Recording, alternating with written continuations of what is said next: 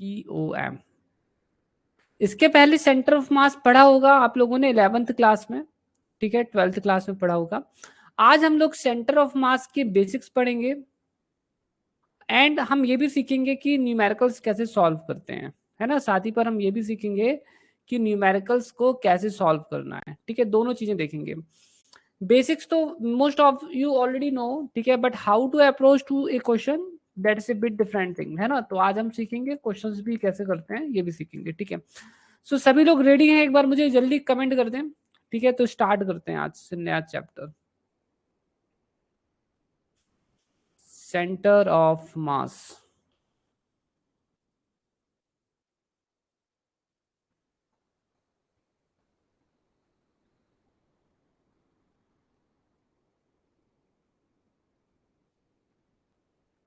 ठीक है, देखो स्टूडेंट्स, सेंटर ऑफ मास का सिस्टम क्या होता है, ठीक है, इसमें है क्या, ठीक है, सब कुछ बताता हूँ। वेलकम वेलकम बच्चों।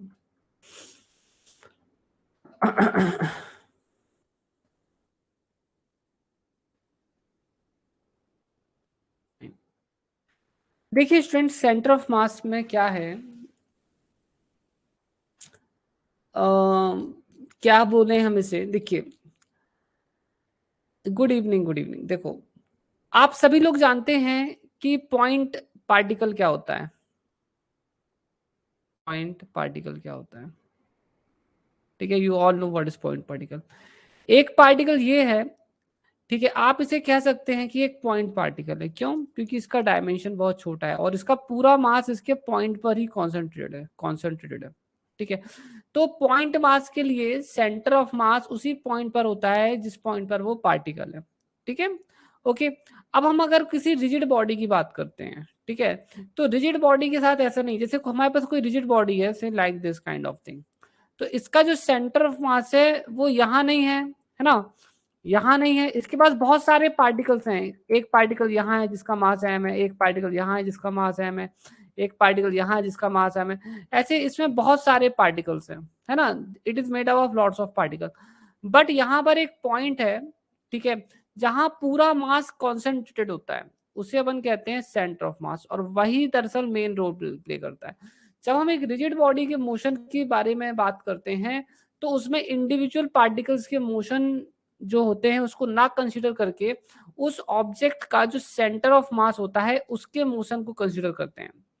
तो रिजिड ऑब्जेक्ट के लिए उसका सेंटर ऑफ मास ही सब कुछ होता है ना कि उसके individual particles. Are you getting me? Centre, जब हम एक रिजिड बॉडी के मोशन की स्टडी करेंगे तो हम उसके सेंटर ऑफ मास के मोशन की स्टडी करते हैं, ठीक है, समझ में आया। उसका सेंटर ऑफ मास किस वेलोसिटी से जा रहा है, उसका सेंटर ऑफ मास कितने ऊपर है। फॉर एग्जांपल, अगर मुझे यहाँ पर इस ऑब्जेक्ट की पोटेंशियल एनर्जी निकालनी हो, तो मैं इसका सेंटर ऑफ मास देखूंगा कि कहाँ पर है, सेंटर ऑफ मास की हाइट देखूंगा और बोल दूंगा कि पोटेंशियल एनर्जी हो गई mgh। Did you got it? नहीं तो कई बार तो लोग सोचेंगे यार इतनी इतनी हाइट क्यों नहीं लिया, है ना, इतनी हाइट क्यों नहीं ले लिया। तो ये सब नहीं लेंगे, हम लेते हैं इसका सेंटर ऑफ मास, ठीक है। अगर यही ऑब्जेक्ट आगे की तरफ जा रहा है तो इस पॉइंट की नहीं, इसके जो सेंटर ऑफ मास है उसकी वेलोसिटी, हाँ ठीक है समृद्धि, ठीक है, ओके। तो इसका जो सेंटर ऑफ मास है उसकी वेलोसिटी देखते हैं। समझ में आ रहा है बच्चों? सर आज एक एग्जाम था इसलिए मॉर्निंग क्लास, हाँ मुझे भी ऐसा लग रहा है, ठीक है, आज एग्जाम था कई लोगों का, ठीक है, ओके। तो बच्चों मैंने आपसे क्या बताया, मैंने आपसे बताया कि हमारे पास एक जो रिजिड बॉडी होती है, हमारे पास जो रिजिड बॉडी होती है उसके अगर मोशन की स्टडी करनी है, तो हम उसके मोशन की अगर स्टडी करनी है तो हम उसके सेंटर ऑफ मास के मोशन की स्टडी करते हैं, ठीक है। जैसे कि अभी मैंने आपको बताया, ठीक है, जैसे कि मैंने आपको बताया अभी, सूरज आप भेज के दीजिए टेलीग्राम पर, देख लेंगे, ठीक है। तो जैसे कि मैंने बताया, हमें अगर पोटेंशियल एनर्जी निकालनी हो तो हम क्या करेंगे, सेंटर ऑफ मास की हाइट देखेंगे, ठीक है, क्या देखेंगे, सेंटर ऑफ मास की हाइट देखेंगे, ठीक है। अगर हम इसकी ऑब्जेक्ट की स्टडी करनी हो, जैसे ऑब्जेक्ट घूम रहा आगे जा रहा है, तो इसकी सेंटर ऑफ मास की वेलोसिटी देखेंगे। ऑब्जेक्ट अगर घूम रहा है, तो अगर फ्रीली घूम रहा है तो सेंटर ऑफ मास के अबाउट उसका एंगुलर मोमेंटम कितना है, मोमेंट ऑफ इनर्शिया कितना है, ठीक है। तो रिजिड बॉडी के केस में बच्चों सेंटर ऑफ मास बहुत इंपॉर्टेंट होता है, ठीक है, और हम बेसिकली सेंटर ऑफ मास से ही हर चीज कैलकुलेट करते हैं।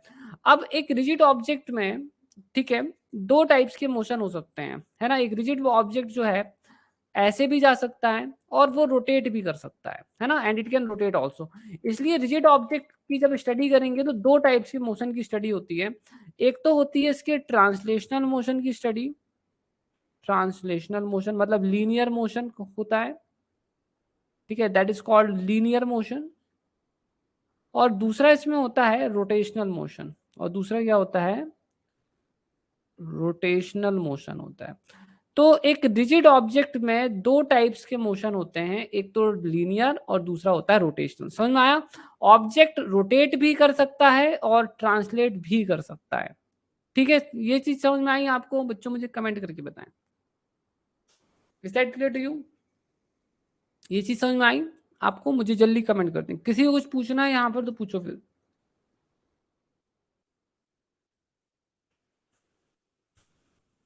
सबको समझ में आ गया? ठीक है, वेरी गुड। ठीक है, सेंटर ऑफ मास क्या है, इसकी जरूरत क्या है, पहले तो ये समझ में आना चाहिए, ठीक है।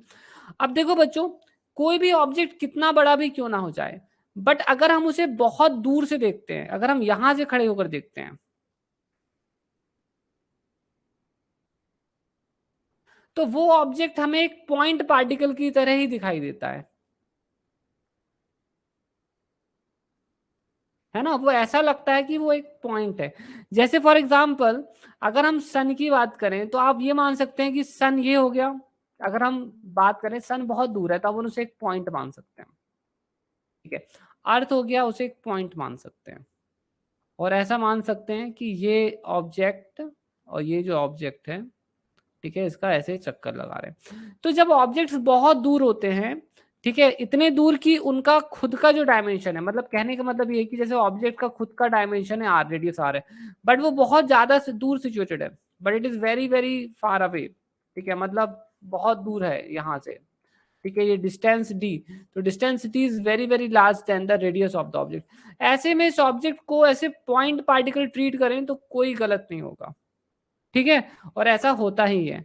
अगर हमारा ऑब्जेक्ट से हम बहुत दूर हैं तो हम उस पर्टिकुलर ऑब्जेक्ट को उसका डायमेंशन मैटर ना करके उसको एक पॉइंट ऑब्जेक्ट के फॉर्म में मान लें, मतलब this thing is equivalent to कि आप इस पूरे पार्टिकल को ऐसा ना मानकर ये मान लें। क्यों? क्योंकि इसका रेडियस जो है और ये डिस्टेंस जो है वो बहुत डिफरेंस है दोनों में, है ना। तो आप ये मान सकते हैं, इतना ले लेंगे कोई प्रॉब्लम नहीं होगी, ठीक है, इतना लिया जा सकता है। ऐसा तब किया जा सकता है जब ऑब्जेक्ट हमारे हमसे बहुत ज्यादा दूर हो, ठीक है, और हम ऐसा करते भी हैं, आप तो ये बात जानते भी हो, ठीक है। तो मैंने आप लोगों को जो चीज बताई मैं आपको उसको समराइज कर देता हूँ।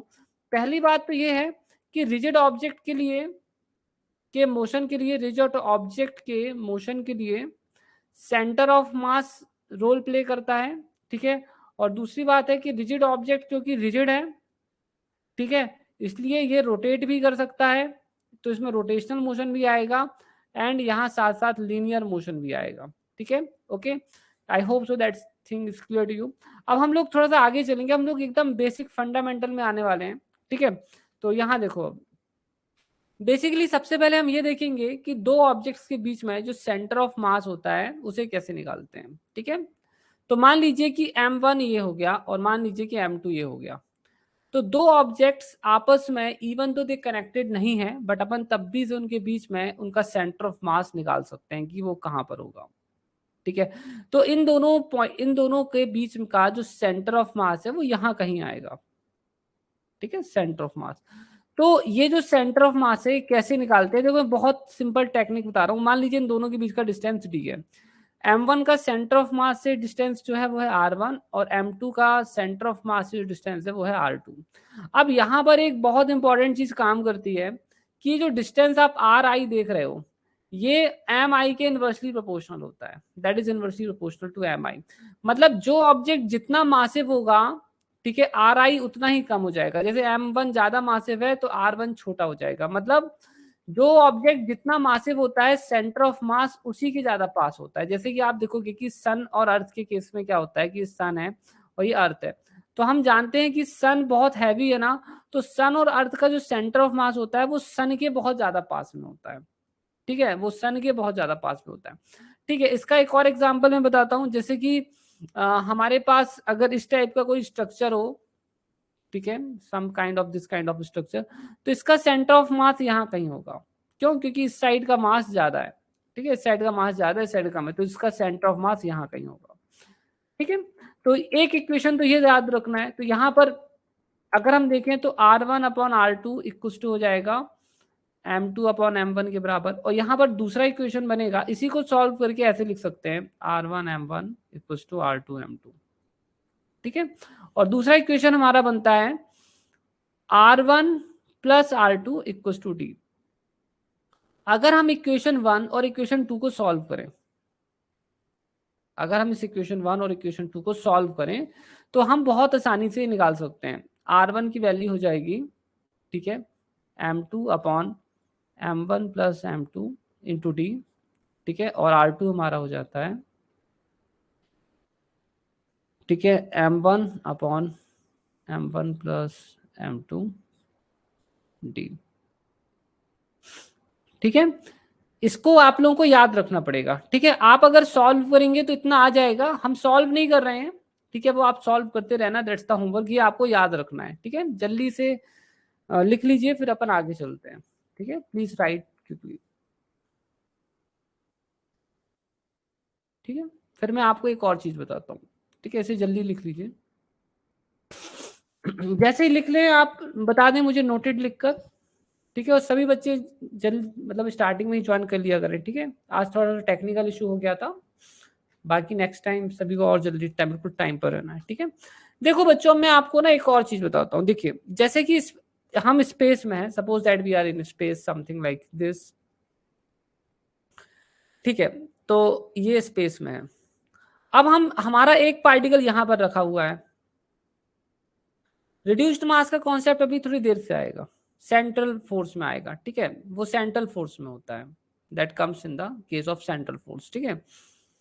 समझाएंगे सब कुछ, चिंता मत करो विष्णु, ठीक है। एक मास M1 यहाँ पर है और एक मास M2 यहाँ पर है।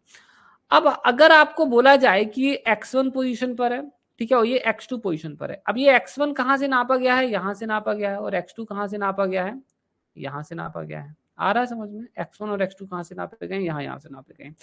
अब अगर इस केस में इन दोनों के बीच का सेंटर ऑफ मास निकालना है तो कैसे निकालेंगे, तो यहाँ पर एक बहुत ही सिंपल सा फॉर्मूला है।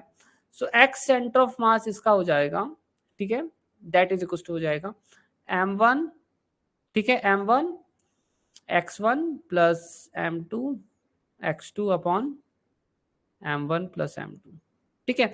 इसी तरह से आप y, अगर आपका पार्टिकल, अगर आपके पास y कोऑर्डिनेट्स है तो y सेंटर ऑफ मास लिख सकते हो, इसी तरह से आप z सेंटर ऑफ मास भी लिख सकते हो, ठीक है, बिल्कुल सेम वे में लिख जाएगा, ये हो जाएगा M1 y1 plus M2 y2 upon M1 plus M2, ये हो जाएगा M1 Z1 plus M2 Z2 upon M1 plus M2, ठीक है, ओके।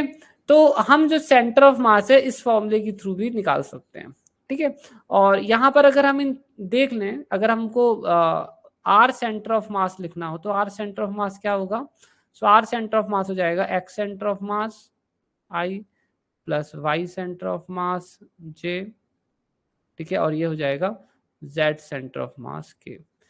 इसी चीज को आप और ऐसे भी लिख सकते हो चाहो तो, M1 R1, you can also write like this, M1 R1 plus M2 R2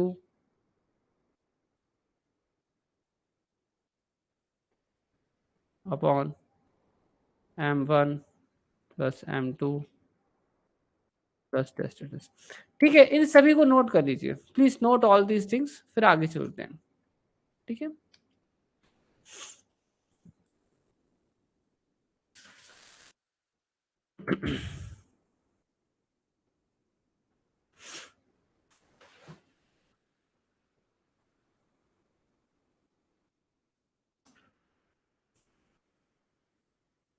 लिख लिया आप लोगों ने, बहुत अच्छी बात है, ठीक है। अब यहाँ देखो, अब मान लीजिए कि मेरे पास एक रॉड है, मान लीजिए एक रॉड है। अभी हमने जो बात की वो एक डिस्क्रीट ऑब्जेक्ट के लिए थी।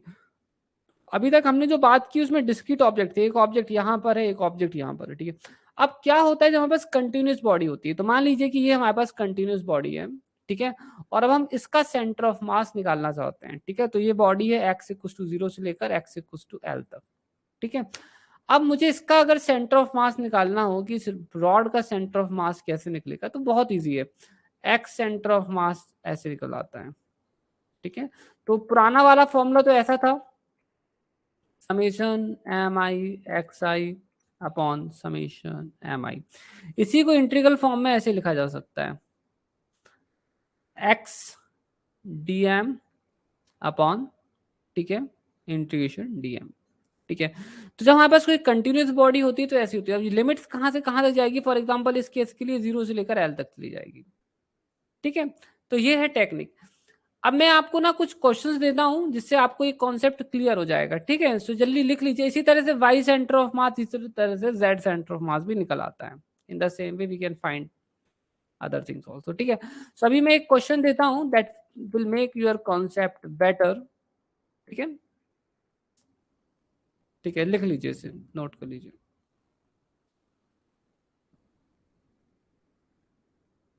क्वेश्चन तो हमारे पास बहुत सारे हैं, बट हम लिमिटेड क्वेश्चन ही करेंगे बच्चों क्लास में। हाँ, रॉड हमने रिजिड बोल दी है, कंटिन्यूस एंड रिजिड, रिजिड।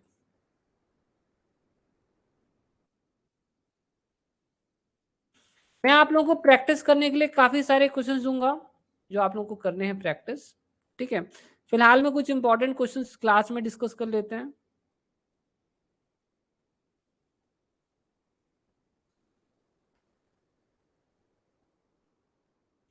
ठीक है। ओके, ये देखो,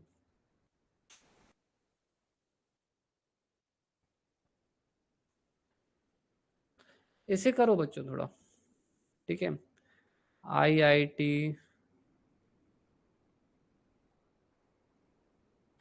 किस ईयर का है, ईयर का पता नहीं, बट आई थिंक जो 2022 के आसपास का है। IIT जैम 2022 का है, ज्यादा पुराना नहीं है।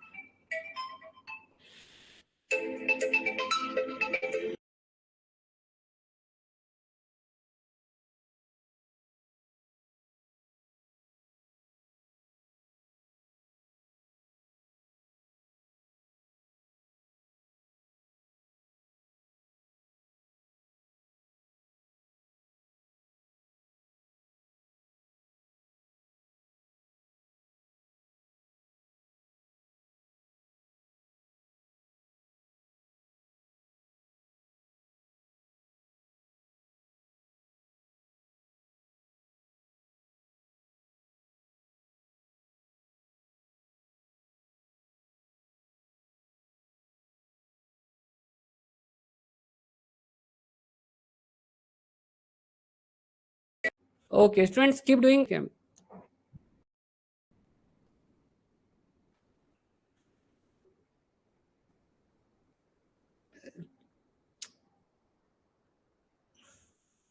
ठीक है, there was an urgent phone,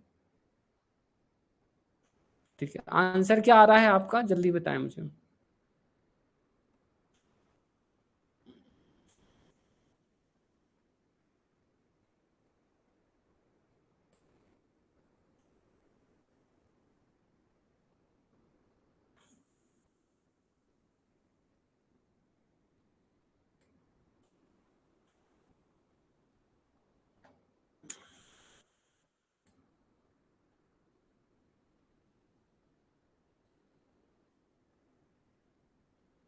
6 आ रहा है, चलो ठीक है। मैं बताने जा रहा हूँ इसका आंसर क्या आएगा, ठीक है। So I am going to tell you what's the answer you are going to get. So students, you are going to get, कल की छुट्टी है, ठीक है, you are going to get 6, that is the right answer. अब यार देखो कैसे आएगा 6। इस क्वेश्चन में हमसे क्या बोला गया है, ठीक है, इस क्वेश्चन में हमसे ये बोला गया है कि ठीक है, हमारे पास मासेस है m1, m2, m3 and are located on the x axis such that their centre of mass is 1, ठीक है। तो ये कुछ इस तरह से m1, m2 एंड m3, ठीक है। तो ये रॉड हो गई, ठीक है, ये मासेस लोकेटेड है 1 2 और 3, ठीक है, इनके मासेस भी इतने ही है 1 2 3 kg, ठीक है, ठीक है, और इनका जो सेंटर ऑफ मास है ना इन तीनों का, ये यहाँ कहीं है, x इक्वल्स टू 1 पर है, ठीक है, ओके। तो अगर इन तीनों का मास यहाँ पर है तो हम ये मान सकते हैं, ठीक है, तो हम ऐसा मान सकते हैं कि ये तीनों पार्टिकल्स दरअसल इसी पॉइंट पर हैं, है ना, जहां, क्योंकि जहां सेंटर ऑफ मास है वहीं मान लीजिए कि तीनों पार्टिकल्स वहीं पर हैं, ठीक है, तो 1 2 और 3 यहीं पर हैं, ठीक है, इनका क्योंकि इनका सेंटर ऑफ मास यहीं पर है। अब इसके बाद क्या बोल रहे हैं कि इसी another mass m4 is placed at x not, ठीक है, अब m4 को x नॉट पर जो है रख दिया गया है, तो मान लीजिए कि x नॉट यहाँ पर है, ठीक है, यहाँ पर एक और मास m4 को रख दिया है, इसका मास 4 है, ठीक है, और नया सेंटर ऑफ मास जो है वो आ जाता है 3 पर, तो x डैश सी, तो अब ये नया सेंटर ऑफ मास यहाँ पर आ गया है, तो x नॉट की वैल्यू क्या होगी, तो बच्चों देखो यहाँ पर x डैश सी जो है वो नया सेंटर ऑफ मास है ना, तो ये इन तीनों का मास कितना हो जाएगा 1 + 2 + 3 दैट इज इक्वल टू हो जाएगा 6, ठीक है, तो ये हो जाएगा हमारा 1 × 6 प्लस, ठीक है, 4 × x0 अपॉन 6 + 4, तो ये हमारा हो जाएगा, ठीक है, और ये हमारा है कितना है, ये x नया सेंटर ऑफ मास है 3, ठीक है, so that is 3 = 6 + 4 x0 upon 10, ठीक है, इसे सॉल्व कर लीजिए, 30 = 6, ठीक है, +4 x0, तो x0 की वैल्यू हो जाएगी 24/6, that is 26/4, that is equal to 6। आ गया समझ में? Did you got it students? बड़ा ही मजेदार क्वेश्चन था, समझ में आ गया सभी को?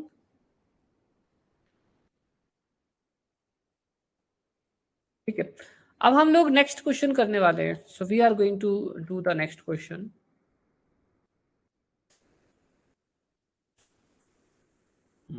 क्या बोल रहे हैं देख लेता हूं सर, x1 की वैल्यू 1, x1 की पोजीशन, सर एक बार बताएं, एक काम करें, हैंड रेस कर लें, ठीक है, जिनको भी डाउट्स हैं प्लीज हैंड रेस करें, मनीषा हैंड रेस कर लो, ठीक है, विष्णु, तो मैं आसानी से समझा दूंगा, ठीक है, अगर आप हैंड रेस कर लेते हैं तो आसानी से समझ आ सकते हैं इसे आपको। चलो ठीक है, वेरी गुड। हाँ बोलो Manisha, please speak Manisha. Hello. हाँ मनीषा बोलो। सर, जैसे कि आपने यहाँ पे पोजीशन ली, जैसे कि कहा गया है कि are located on the x axis such that their centre of mass is at x is equal to 1, तो हाँ सर ये हमें कैसे कंफर्म होगा कि x इज इक्वल टू 1 की पोजीशन 2 और 3 के मिड में ही, maybe x is equal to 1 1 और 2 के मिड में भी हो सकता है? आप कहीं भी मान लो ना, कोई प्रॉब्लम नहीं है, कोई आप यहाँ मान लो, कोई प्रॉब्लम नहीं है। देखो मैं यहाँ पर आ जाता हूँ, हमने तो उस वो हमारे लिए कोई मैटर नहीं है, मान लीजिए यहाँ है, ठीक है, एक्स सेंटर ऑफ मास। जी। अब हमने अब जब नया हमने अब यहाँ पर 1 2 और 3 है, अब जो 1 + 2 + 3, इन ये सारा पार्टिकल, इन सभी का मास कहाँ पर कॉन्सेंट्रेटेड है, यहाँ पर कॉन्सेंट्रेटेड है, तो हम 3 पार्टिकल की जगह पर एक पार्टिकल एज्यूम कर सकते हैं जो x = 1 पर हो, ठीक है। ओके। अब दूसरा पार्टिकल बोल दिया x0 पर है, सच दैट इन दोनों का सेंटर ऑफ मास कितना है 3 है, अब समझ में आया, और इसका मास 4 बोल दिया है, इसका मास कितना हो जाएगा 1 + 2 + 3 6 हो जाएगा। ओके 6। तो ओके सर, ओके। अब हमें इन दोनों के बीच का सेंटर ऑफ मास निकालना हाँ, है, okay, clear sir, clear clear clear. ठीक है, okay sir, simple. Clear. Okay, Vishnu thank you अब सर। आपको समझ में आ गया, हाँ वेरी गुड वेरी गुड, ठीक है, विष्णु आप भी हैंड रेस कर लो, ठीक है, please also you also hand raise, very good.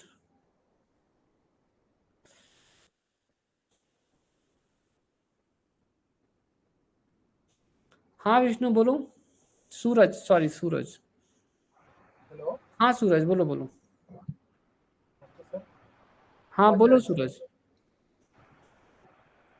आ गया, ठीक है। सूरज आप कुछ बोल रहे हो, प्लीज बोलो।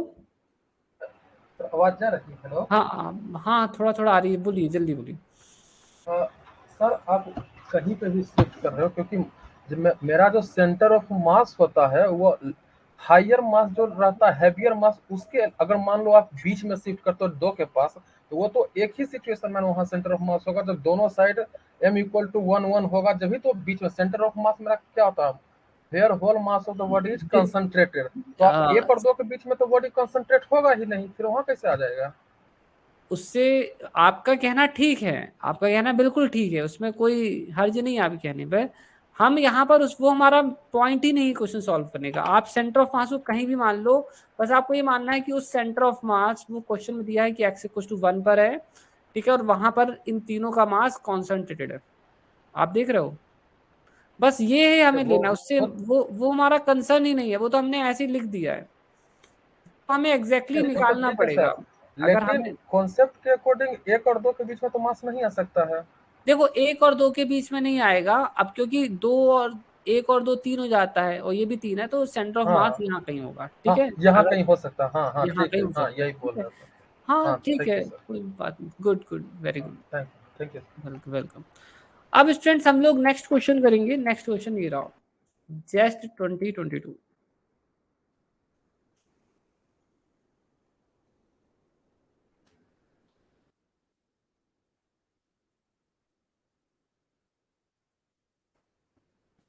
इसे करिए,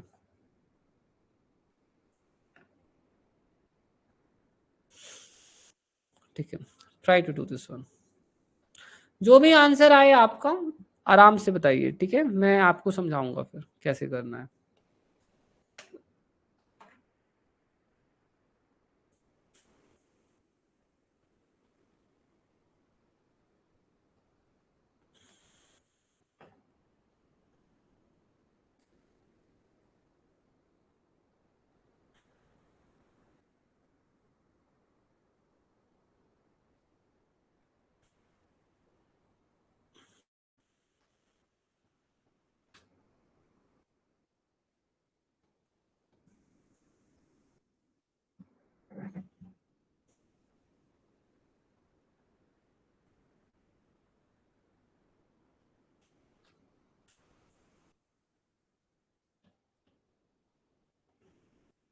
ओके सूरज, ठीक है, समृति, ओके फाइन। ओके,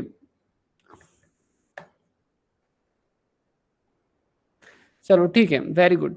बच्चों इसका जो राइट आंसर है वो ऑप्शन डी है, option D is the right answer. अब चलो बात करते हैं कि ऑप्शन डी जो है वो राइट आंसर कैसे हो सकता है, ठीक है, how is this possible that कि ऑप्शन डी हमारा राइट आंसर हो जाए। ठीक है, देखो इस क्वेश्चन में ये बोला गया है, ठीक है, सर इसका कॉन्सेप्ट पता नहीं। अच्छा ठीक है, देखो ए होलोस्फीयर ऑफ रेडियस आर, तो ये हमारा होलोस्फीयर हो गया, इसका रेडियस आर है, ठीक है, इसके नीचे एक होल कर दिया, ये लो होल कर दिया, ठीक है, and it is completely filled with a liquid of uniform density, a liquid drains out of the sphere, इसके अंदर लिक्विड भर दिया गया है, हाँ ठीक है, राइट, इसके अंदर लिक्विड भर दिया गया है, ये भर दिया, लिक्विड भर दिया, ठीक है, okay. Which one of the following graph qualitatively represents the height h of the center of mass? So यहाँ बोला है which of the following graphs qualitatively represents the height h of the center of mass? तो यहाँ पर क्या हो रहा है, देखो इसके नीचे से ये लिक्विड नीचे गिर रहा है ना। So which of the following graphs qualitatively represents the center of mass? ठीक है, center of mass of the sphere and liquid inside it, ठीक है, ठीक है। ये लोग बोल रहे हैं कि इसके अंदर जो सेंटर ऑफ मास है, ठीक, इसके अंदर जो लिक्विड है और जो स्फीयर है, इन दोनों का जो सेंटर ऑफ मास है, ठीक है, सॉरी क्या बोल रहा हूँ, इन दोनों के अंदर, इसके अंदर जो लिक्विड है और जो स्फीयर है, उस इन दोनों का जो सेंटर ऑफ मास है, ठीक है, वो कैसे वेरी कर रहा है। तो देखो मैं समझाता हूं आपको कि हो क्या रहा है। आपको जो लिक्विड बाहर आ रहा है उसके बारे में कंसीडर नहीं करना है, जो लिक्विड अंदर बचता है उसी के बारे में कंसीडर करना है। देखिए इसे थोड़ा समझने की कोशिश करें कि एक्चुअली में क्वेश्चन में हो क्या रहा है। देखो समय के बीतने के साथ साथ क्या होता है, लिक्विड जो है बाहर गिरता जाएगा, है ना, समय जैसे जैसे गुजरेगा लिक्विड बाहर निकलता जाएगा। चलो मैं यहाँ पर कुछ इसकी कॉपीज बना लेता हूं।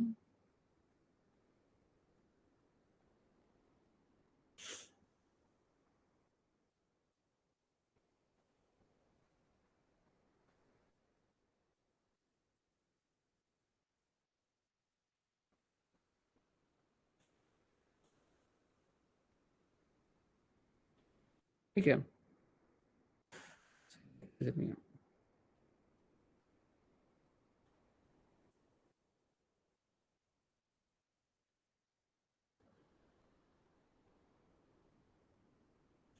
ठीक है, 1 सेकेंड।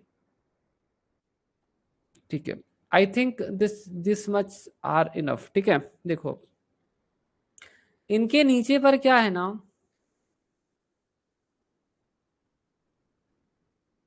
यहां पर देयर इज अ होल, सभी के नीचे पर होल बना दो। ठीक है, और इसके अंदर हम क्या करेंगे, लिक्विड फिल कर देंगे, इसके अंदर लिक्विड फिल कर देंगे। ठीक है, तो चलो अब इसके अंदर लिक्विड फिल कर देते हैं। सो लिक्विड पहले स्टार्टिंग में तो लिक्विड पूरा ही भरा रहेगा, है ना, in the beginning there will be a complete liquid, है ना, पूरा लिक्विड इसके अंदर क्या है, स्टार्टिंग में फिल्ड है। ये हमने पूरा लिक्विड भर दिया। कुछ समय के बाद क्या होगा, लिक्विड नीचे गिरने लगेगा। ठीक है, तो लिक्विड इतना हो जाएगा।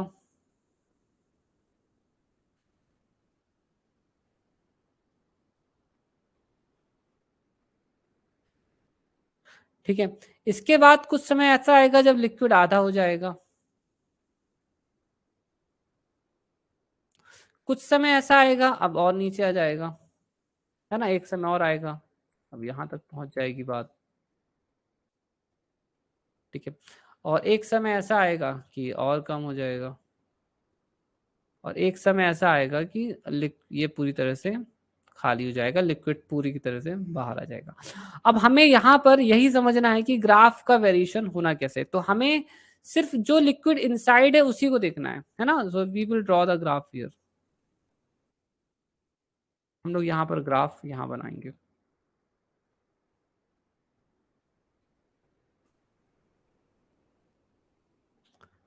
ठीक है सर, ऐसा है, ठीक है बच्चों देखते रहो। ठीक है, अभी बात नहीं करो आपस में, ठीक है, मैं जो पढ़ा रहा हूँ उसे सुनो। ठीक है, नहीं तो स्किप हो जाएगा आपको मैं क्या बोल रहा हूँ। ठीक है, ये हो गया height of centre of mass. ठीक है, तो हमको हाइट ऑफ सेंटर ऑफ मास दिखनी है। देखो बच्चों, स्टार्टिंग में जो लिक्विड है वो भी स्फेरिकल शेप में है और स्फीयर भी स्फेरिकल शेप में है। ठीक है, तो इन दोनों का सेंटर ऑफ मास यहाँ होगा, है ना।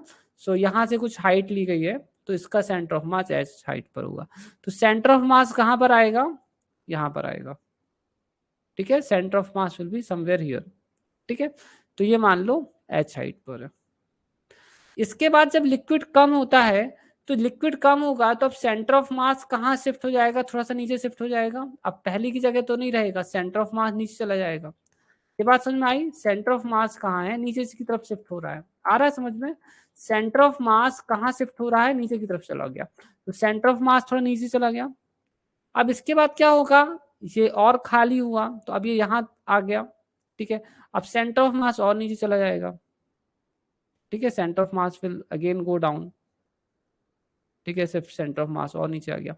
अब इसके बाद क्या होता है, अब एक ऐसी सिचुएशन आएगी जब अंदर जो लिक्विड है और ये जो मास ऑफ स्फीयर है, जब ये दोनों एक दूसरे के बराबर हो जाएंगे, तो एक ऐसी कंडीशन आएगी, suppose that here is that condition, है ना। एक ऐसी कंडीशन आएगी जो लिक्विड इनसाइड है और जो मास ऑफ स्फीयर है, जब ये दोनों बराबर हो जाएंगे, तो उस समय पर जो देखो बेसिकली होता क्या है कि ये जो सेंटर ऑफ मास है ना, लिक्विड का और स्फीयर दोनों का है। देखिए समझाता हूं मैं आपको, थोड़ा सा ना क्वेश्चन कॉन्सेप्चुअल है, you know, it is quite conceptual question. 1 second, मैं थोड़ा कलर चेंज कर लूँ। ठीक है, फाइन। देखो आप लोग कंफ्यूज ना हो इसके लिए मैं एक बार फिर से बोल रहा हूँ। स्टार्टिंग में क्या है, स्फीयर का और लिक्विड इनसाइड का सेंटर ऑफ मास यहाँ था। दूसरे वाले केस में आपके स्फीयर का सेंटर ऑफ मास यहाँ है, लिक्विड का सेंटर ऑफ मास यहाँ पर है। ठीक है, तो दोनों का कंबाइंड सेंटर ऑफ मास बीच में आ गया। ठीक है, यहाँ पर आ गया। ठीक है, इसके बाद क्या हुआ, लिक्विड और नीचे गया तो लिक्विड का सेंटर ऑफ मास और नीचे आ गया। ठीक है, स्फीयर का सेंटर ऑफ मास तो वहीं का वहीं रहेगा, इसके कारण सेंटर ऑफ मास और नीचे आ गया, है ना। जो मेन सेंटर ऑफ मास है वो और नीचे आ गया। सेंटर ऑफ मास पहले यहाँ था, फिर सेंटर ऑफ मास और नीचे आया, फिर सेंटर ऑफ मास ऐसा आया। एक समय ऐसा आएगा जब मास ऑफ लिक्विड और मास ऑफ स्फीयर बराबर हो जाएंगे। उस केस में क्या होगा, जब ये दोनों बराबर हो जाएंगे, ठीक है, लिक्विड का मास और स्फीयर का मास, उस समय पर, ठीक है, उस समय पर क्या होगा कि बेसिकली उस समय पर जो सेंटर ऑफ मास है वो इन दोनों के बीच में कहीं होगा। ठीक है, बट अब वो वहां से वापस लौटेगा अब, क्योंकि अब इसके बाद जब लिक्विड और कम होगा, ठीक है, इसके बाद अब लिक्विड जब और कम होगा तो क्या होगा, लिक्विड का सेंटर ऑफ मास तो यहाँ आ गया, इसमें तो कोई प्रॉब्लम, इसमें तो कोई शक नहीं है। बट अब लिक्विड का मास तो बहुत कम हो गया, इसलिए सेंटर ऑफ मास उसी तरफ जाएगा जहां पर क्या होगा, मास ज्यादा होगा। और जैसे ही लिक्विड पूरा चला जाएगा तो सेंटर ऑफ मास अपनी जगह पर वापस आ जाएगा। तो सेंटर ऑफ मास ऐसे ऐसे नीचे जाएगा और कुछ देर के बाद वापस अपनी जगह पर आ जाएगा। बट टंकी खाली करने में टाइम क्योंकि ज्यादा लगेगा, इसलिए ये वाली लाइन ज्यादा रहेगी। तो ये वो पॉइंट है जहां पर टंकी जो है आधी आधी, मतलब ये वो पॉइंट था जहां पर मास ऑफ लिक्विड और मास ऑफ स्फीयर जो है एक दूसरे के, ठीक है, मैं थोड़ा इसको ऊपर कर देता हूं, बराबर हो गए थे, है ना। तो जहां पर मास ऑफ लिक्विड और मास ऑफ स्फीयर जब बराबर हो जाते हैं, उसके बाद से सेंटर ऑफ मास अपनी जगह पर वापस जाना स्टार्ट कर देता है, फिर उसके बाद और नीचे नहीं जाता। तो आपका ग्राफ ऐसा बनेगा। अब इस क्वेश्चन में भी कुछ खामियां हैं। ये जो पॉइंट है इस बात पे डिपेंड करेगा, ठीक है, कि मास ऑफ लिक्विड और मास ऑफ स्फीयर में कितना डिफरेंस है। तो ये क्वेश्चन बेसिकली बहुत अच्छा क्वेश्चन तो उन्होंने नहीं बनाया है, बट एक कॉमन सेंस की बात है कि यहाँ तक पानी को खाली होने में ज्यादा टाइम लगेगा, क्योंकि यहाँ पर ज्यादा तब वो नहीं बचा हुआ है मास। अब लिक्विड का मास उतना ज्यादा तो बचा नहीं है, तो वो जल्दी खाली हो जाएगा, तो सेंटर ऑफ मास वापस अपनी जगह पर जल्दी पहुंच जाएगा। Did you got it? क्योंकि इतना खाली होने में ज्यादा टाइम लगेगा, है ना, इंस्टीड ऑफ दिस मच, है ना, क्योंकि यहाँ पर T1 will be greater than T2, इसलिए ये जो टाइम है ना T1 it is more and this time T2 is less. तो फिर यहां से वो अपनी जगह पर वापस जल्दी चला जाएगा। समझ में आया आपको? सभी लोगों की चीज समझ में आ गई? ठीक है, तो इस क्वेश्चन का जो एकदम सही सटीक जवाब बनता है वो है ये वाला, ठीक है, ऑप्शन डी, ये इसका राइट आंसर है। और ये कॉन्सेप्चुअल क्वेश्चन है, इसमें कुछ सॉल्व वॉल्व नहीं करना था, ये क्वेश्चन को बस समझ के करना है पूरी तरीके से, है ना। वेरी गुड बच्चों, आप लोगों ने कर लिया है, so that's a very good thing. अब बच्चों हम लोग थोड़ा सा और आगे चलने वाले हैं, ठीक है, let's go to the next level. अब देखो क्या रहता है ना, कुछ कुछ चीजें अब आपको याद रखनी पड़ेंगी, कुछ इंपॉर्टेंट सेंटर ऑफ मास है वो याद रखने पड़ेंगे। मैं आपको कुछ एग्जांपल्स दूंगा जहां पर हमें सेंटर ऑफ मास निकालना होता है, बट अब मैं यहाँ कुछ ऐसी ऑब्जेक्ट्स बता रहा हूँ जिनके सेंटर ऑफ मास जो है पहले से ही काफी तरह से अच्छी तरह से वेल नोन है। देखो पहला है ये रेक्टेंगल, आप देख सकते हो रेक्टेंगुलर शीट का जो सेंटर ऑफ मास निकालना है तो वो कहाँ आएगा, यहाँ, जहां पर इनके डायगोनल्स इंटरसेक्ट करते हैं। तो इन दोनों के डायगोनल्स कहाँ इंटरसेक्ट करते हैं, यहाँ, तो यहाँ पर इनका सेंटर ऑफ मास होगा। ठीक है, आ रहा है समझ में, यहाँ पर सेंटर ऑफ मास होगा। बट इसके लिए जरूरी ये है कि ये यूनिफॉर्म होना चाहिए। ये जो सीट है, रेक्टेंगुलर सीट है, ये कैसी होनी चाहिए, ये यूनिफॉर्म होना चाहिए, इट शुड बी यूनिफॉर्म। ठीक है अगर ये यूनिफॉर्म रहेगी, इफ इट इज यूनिफॉर्म, तो इसका सेंटर ऑफ मास यही आएगा। यूनिफॉर्म कहने का मतलब ये है कि इसकी डेंसिटी कांस्टेंट रहनी चाहिए, है ना, हर जगह एक जैसी रहनी चाहिए।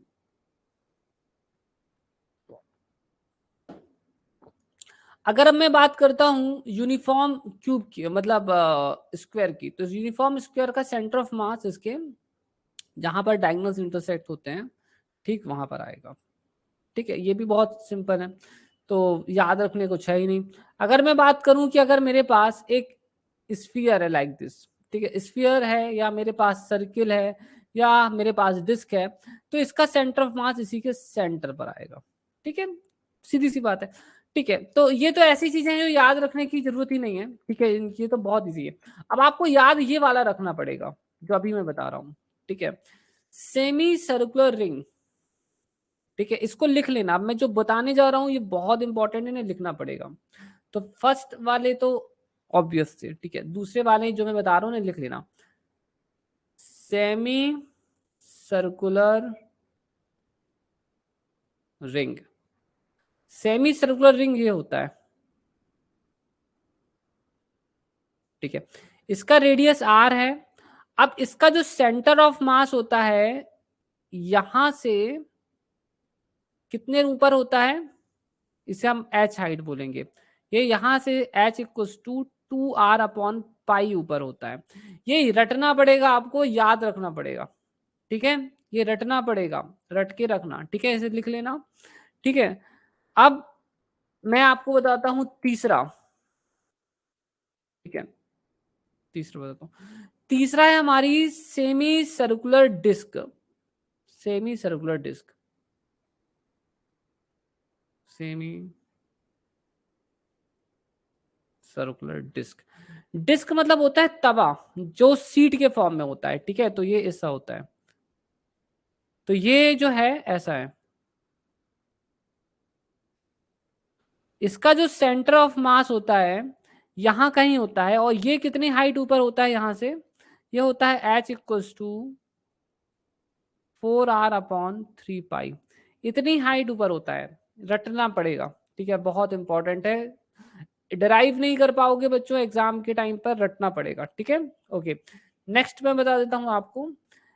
अब आएगा हमारा हेमिस्फेरिकल सेल, ठीक है, hemispherical cell, fourth one.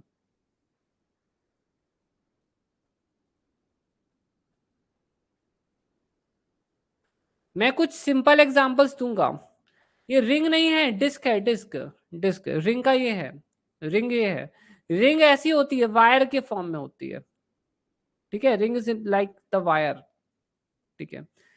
Ring का मैंने बताया ना आपको, रिंग का 2r, O sorry 2r, it's 2r/पाई, 2r/पाई, ठीक है। रिंग का है 2r/पाई, सेमी सर्कुलर डिस्क का है 4r/3 pi, that is 4r/3 पाई, ठीक है, डिस्क का। अब मैं इसके बाद बताने वाला हूं हेमिस्फेरिकल सेल का। हेमिस्फेरिकल सेल का, हेमिस्फेरिकल सेल का क्या होता है, देखिए, सेल आप जानते हैं जो अंदर से खोखला होता है, लाइक दिस वन,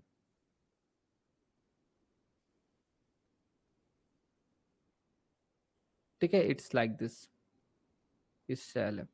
इसका सेंटर ऑफ मास यहां से h हाइट ऊपर होता है, और h की जो वैल्यू होती है वो होती है r/2। ये सबसे इजी है याद रखना, ठीक है, it is the most easy one.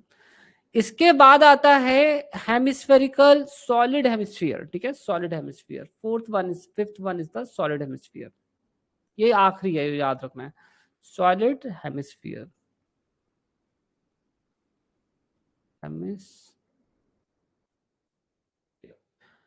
Solid hemisphere जो है, ठीक है, ठीक है, सॉलिड हेमिस्फीयर भी वैसा ही दिखेगा ड्रॉ करने में, बट ये अंदर से सॉलिड रहेगा, ठीक है, but it will B solid from inside,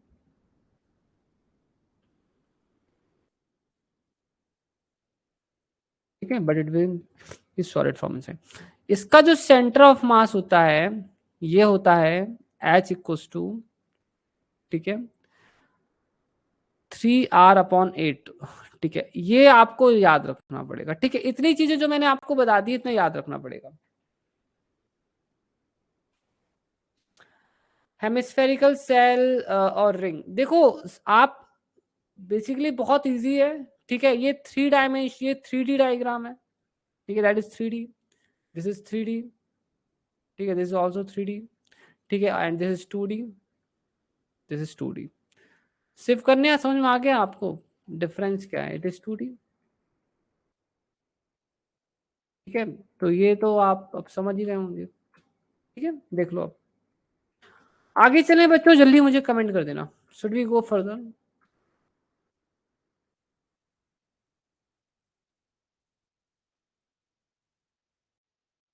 हाँ सही बोला, बिल्कुल बिल्कुल सही बोला।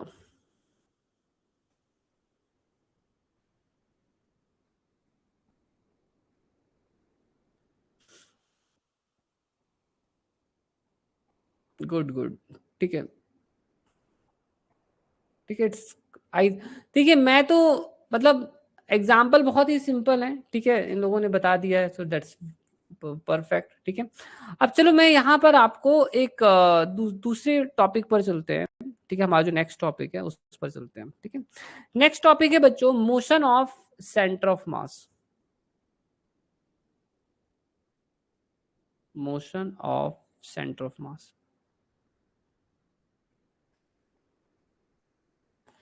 ये बहुत इजी है बच्चों। देखो जैसे कि मान लीजिए कि देखो हमारे पास ये पार्टिकल्स हैं, ठीक है, so these are the particles.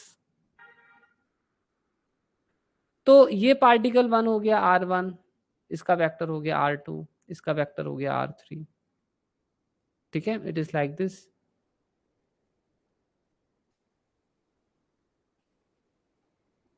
ठीक है, ये वेक्टर। अब इन सभी का जो सेंटर ऑफ मास है वो यहाँ कहीं रहेगा, है ना, इन सभी का सेंटर ऑफ मास यहाँ कहीं है। तो इसके सेंटर ऑफ मास का भी कोई वेक्टर होगा, पोजीशन वेक्टर होगा यहाँ कहीं, इसका भी सेंटर ऑफ मास का कुछ पोजीशन वेक्टर होगा, दैट इज R वेक्टर। अब मेरी बात समझ लो बच्चों यहाँ पर, ठीक है, देखो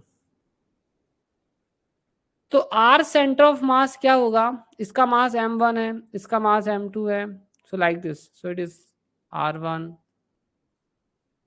m1 R1, this is m2 R2,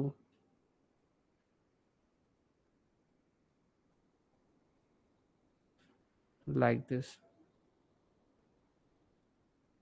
Now it is m1 plus m2 plus m3, so it is like this. So students देखो नीचे,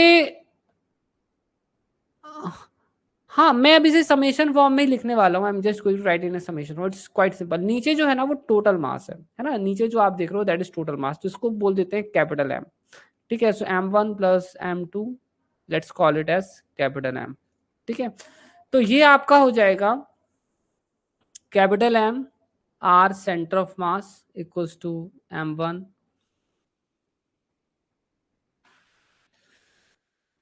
अपने, अच्छा अच्छा वो सर्कुलर मोशन वाला जो है क्या, जो भेजा था ट्विंकल,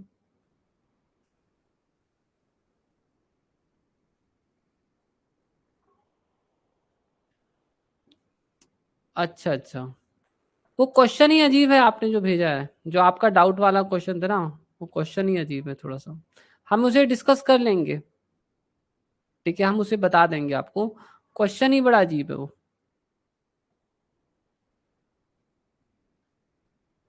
ठीक है।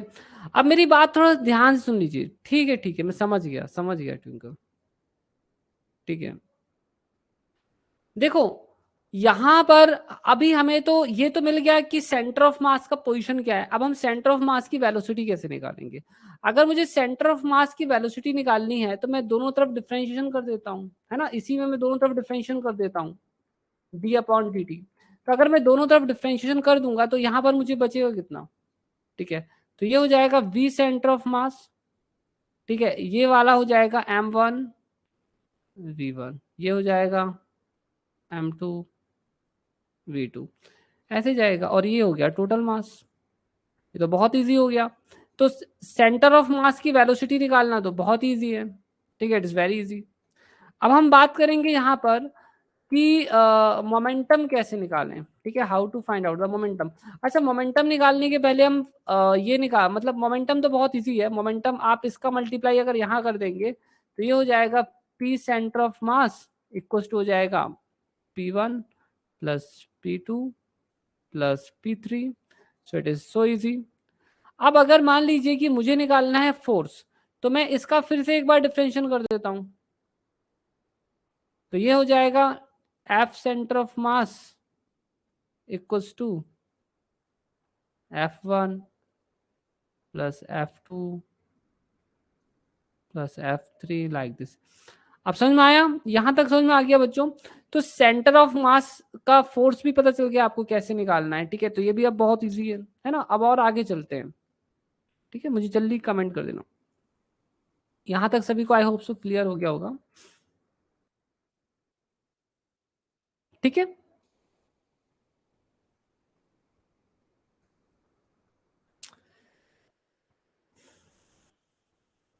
अब क्योंकि मैंने ऐसा देखा है कि बच्चों को फॉर्मुलेस बहुत भूलते हैं और वो क्वेश्चंस कर नहीं पाते हैं, इसलिए मैं यहाँ पर ना एट वन प्लेस, ठीक है, चीजें लिख दूंगा एट वन प्लेस। इसलिए मैं लिख रहा हूं ताकि एक बार आप अच्छी तरह से देख लें सारे फॉर्मुलेस को, ताकि जब क्वेश्चन सॉल्व करें तो आपके यहाँ गलती ना हो। तो मैं दो पार्टिकल्स के लिए लिख रहा हूँ, ठीक है? ठीक है, so that is m1 r1 plus m2 r2 upon m1 plus m2, ठीक है? मैं यहाँ पर डिफरेंशिएशन कर देता हूँ, ये सब तो बेसिक हैं बट क्वेश्चंस नहीं होते। प्रिया, मुझे तो मालूम है सब कुछ, ठीक है? मैं क्वेश्चंस तो बहुत सारे कराने वाला हूँ, ठीक है? सो उसके लिए आप रेडी होकर बैठ जाइए, ठीक है? क्योंकि मैं क्वेश्चंस बहुत सारे कराऊंगा, मैं बहुत सारे क्वेश्चंस कराता हूँ। आपने अगर नोट्स देखे होंगे, है ना, बुक देखी होगी, तो आपको पता चल गया होगा। ये सब तो मैं इसलिए बताता हूँ क्योंकि अगर मैं बेसिक बताना मेरा काम है, अगर मैं बेसिक्स बताए बिना ही अगर क्वेश्चन कराऊंगा तो हो सकता है कोई चीज आपको ना पता हो, है ना? इसका मैं एक बार डिफरेंशिएशन किया था, जैसे पीछे मैंने किया था, तो मैं लिख देता हूँ पी सेंटर ऑफ मास। हाँ ठीक है ट्विंकल,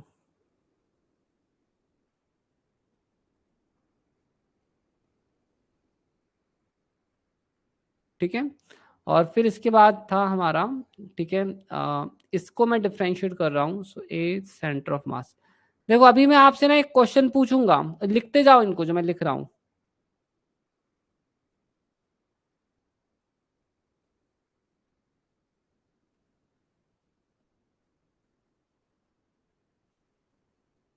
ठीक है, और आखिरी में आता है, इसी से बन जाएगा फोर्स। मैंने एक जगह पर ये फॉर्मुलेज इसलिए लिख दिए हैं बच्चों अच्छी तरह से, ताकि आप लोगों को ना कोई भी कंफ्यूजन ना हो, ठीक है? तो इनकी कुछ मतलब मीनिंग्स भी हैं, फिजिकल मीनिंग्स भी हैं, वो भी मैं समझा देता हूँ यहाँ पर, ठीक है? देखो ऊपर वाला तो सीधा सीधा है सर, इतना तो सर आप असाइनमेंट दे देते हो हम परेशान होकर। सूरज, अब वो तो आपको के ऊपर है ना, आपकी समस्या है ना, वो आपको करना चाहिए, ठीक है? देखो जैसे हमारे पास कोई दो यहाँ पर ये पार्टिकल्स हैं, तो अगर इनके इंडिविजुअल पार्टिकल्स के जो मोमेंटम होते हैं P1 P2 P3, तो सेंटर ऑफ मास का जो मोमेंटम होता है वो इन सभी का वेक्टर सम होता है ना? इन सभी के जो इंडिविजुअल मोमेंटम होते हैं उन सभी का जो वेक्टर सम होता है वो हमारे सेंटर ऑफ मास का मोमेंटम होता है। इसी तरह से इन पार्टिकल्स में अलग अलग डायरेक्शंस में हो सकता है फोर्स लग रहा हो सकता है इस पार्टिकल में F1 इस तरफ लग रहा हो, इसमें F2 इस तरफ लग रहा हो, है ना? तो जो सेंटर ऑफ मास होता है उसमें जो फोर्स होता उसका जो फोर्स होता है वो होता है इन सभी का vector sum F1 plus F2। ये चीज आगे की बहुत काम आएगी, इसलिए मैंने बता दिया है। अब मैं आपसे एक क्वेश्चन पूछने वाला हूँ, ठीक है? So I am going to ask एक वेरी सिंपल क्वेश्चन फ्रॉम यू। मेरा क्वेश्चन ये है, ध्यान से सुनिएगा, ठीक है? तो अपन अपने बिल्लू को बुला लेते हैं, लेट्स कॉल बिल्लू, ठीक है? So here is the Billu.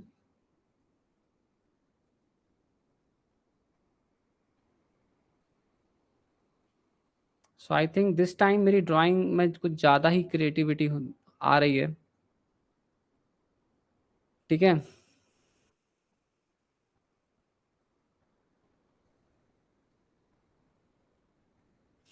ठीक है, ओके, सो इसके हाथ भी बनाने पड़ेंगे, ठीक है? Okay fine. अब स्टूडेंट्स, अब मैं जो बोलने वाला हूँ उसको थोड़ा ध्यान सुन लो, ठीक है? इसके पास दो पार्टिकल्स हैं, इट हैज टू पार्टिकल्स, ठीक है? तो एक पार्टिकल ये हो गया, इसका मास है m equals to m1 equals to 1 kg, और दूसरा पार्टिकल है इसके पास m2 इक्वल्स टू ठीक है 2 kg। ठीक है सर आज ठीक है। सो इस पार्टिकल को बिल्लू ने ऊपर फेंका, ठीक है, ही थ्रोन इट अप, ठीक है, और इस पार्टिकल को बिल्लू ने नीचे फेंका। ठीक है, अब आपको ये पता लगाना है कि एक पार्टिकल ऊपर जा रहा है, एक पार्टिकल नीचे जा रहा है, तो इन पार्टिकल्स का सेंटर ऑफ मास का एक्सेलरेशन क्या होगा। So what is the acceleration of the centre of mass of the particle. एक पार्टिकल को ऊपर फेंका बिल्लू ने और एक पार्टिकल को नीचे फेंक दिया। अब आप मुझे ये बताइए कि जो सेंटर ऑफ मास है, इन दोनों का जो सेंटर ऑफ मास है यहाँ कहीं होगा, ठीक है, उस सेंटर ऑफ मास का एक्सेलरेशन कितना होगा। Please right on your screen, ठीक है, on your comment line, comment box, please mention what will be the center of mass of the two particles.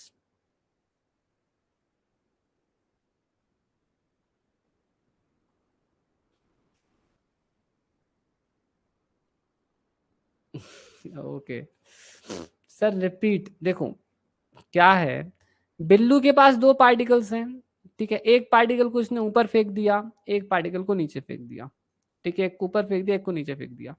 पहला पार्टिकल जिसका मास 1 kg था इसको ऊपर फेंका, दूसरा पार्टिकल जिसका मास था 2 kg उसको नीचे फेंक दिया। अब आपसे पूछ रहे हैं कि इन दोनों का जो सेंटर ऑफ मास है ना उसका एक्सेलरेशन कितना होगा, what will be the acceleration of the centre of मास। अब देखो मैं आपसे बोला था ना कि आप लोग फंस जाओगे,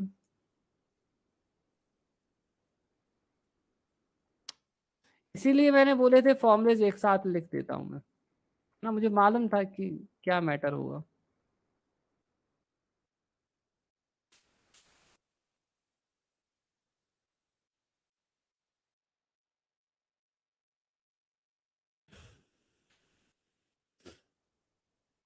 सभी का आंसर अभी तक आ गया है, बट जो मुझे देखना है चाहिए वो नहीं मिला है। ठीक है चलो मैं फिर बता देता हूँ फिर कैसे करेंगे अपन लोग। ठीक है इसे देखो, बड़ा ही सिंपल सा क्वेश्चन है, इसका आंसर है जी। ठीक है देखो, a centre of mass equal to होगा m1 a1 plus m minus जी आएगा।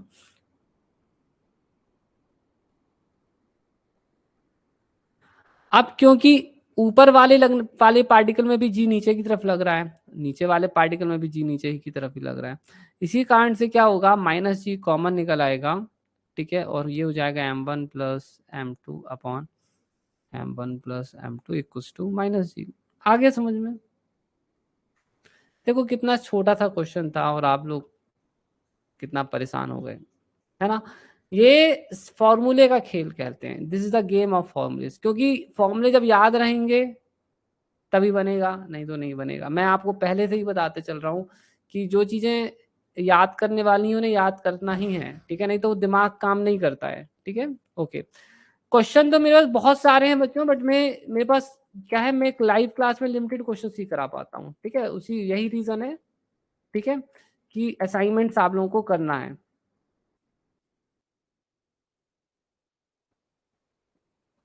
ठीक है, just give me a second. अब मैं आपको एक क्वेश्चन दे रहा हूँ, इस क्वेश्चन को करो।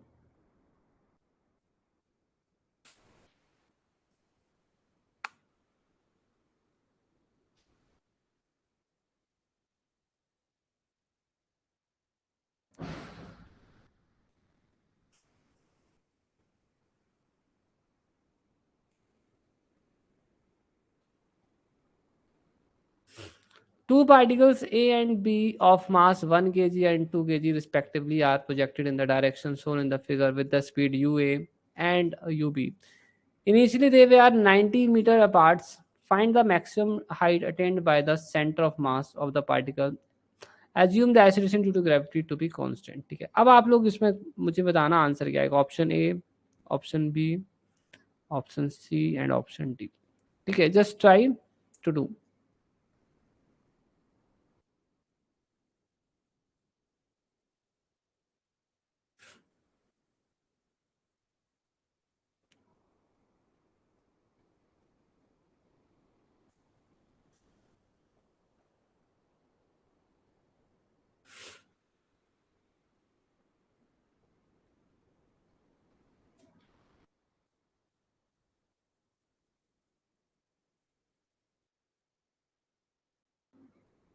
नन ऑफ दिस, ठीक है। Think what is will be the right answer. None देने से क्या फायदा है, इससे अच्छा तो कुछ और दे दिया जाए। 171, ठीक है। Now just try to do.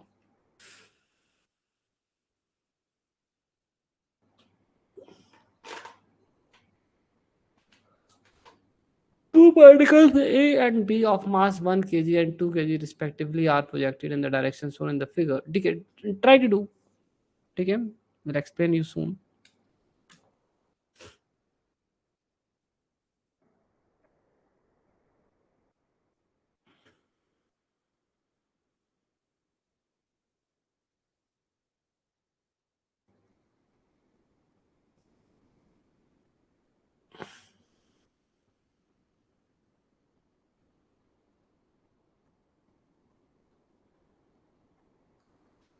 Time का तो पता ही नहीं चलता, कितनी जल्दी जल्दी निकल जाता है।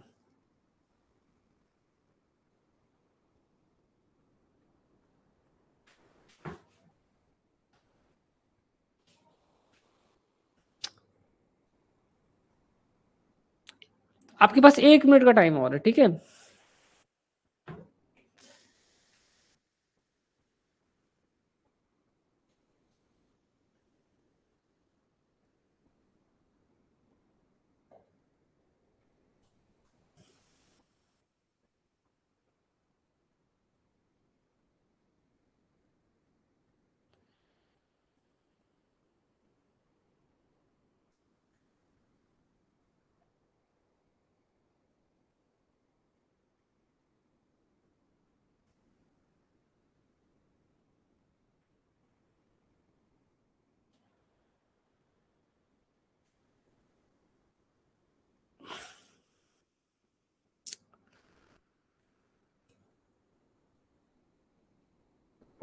Okay so students, I think it's taking more time, ठीक है, ज़्यादा टाइम ले रहा है। मैं आपको आंसर बता रहा हूँ, ठीक है।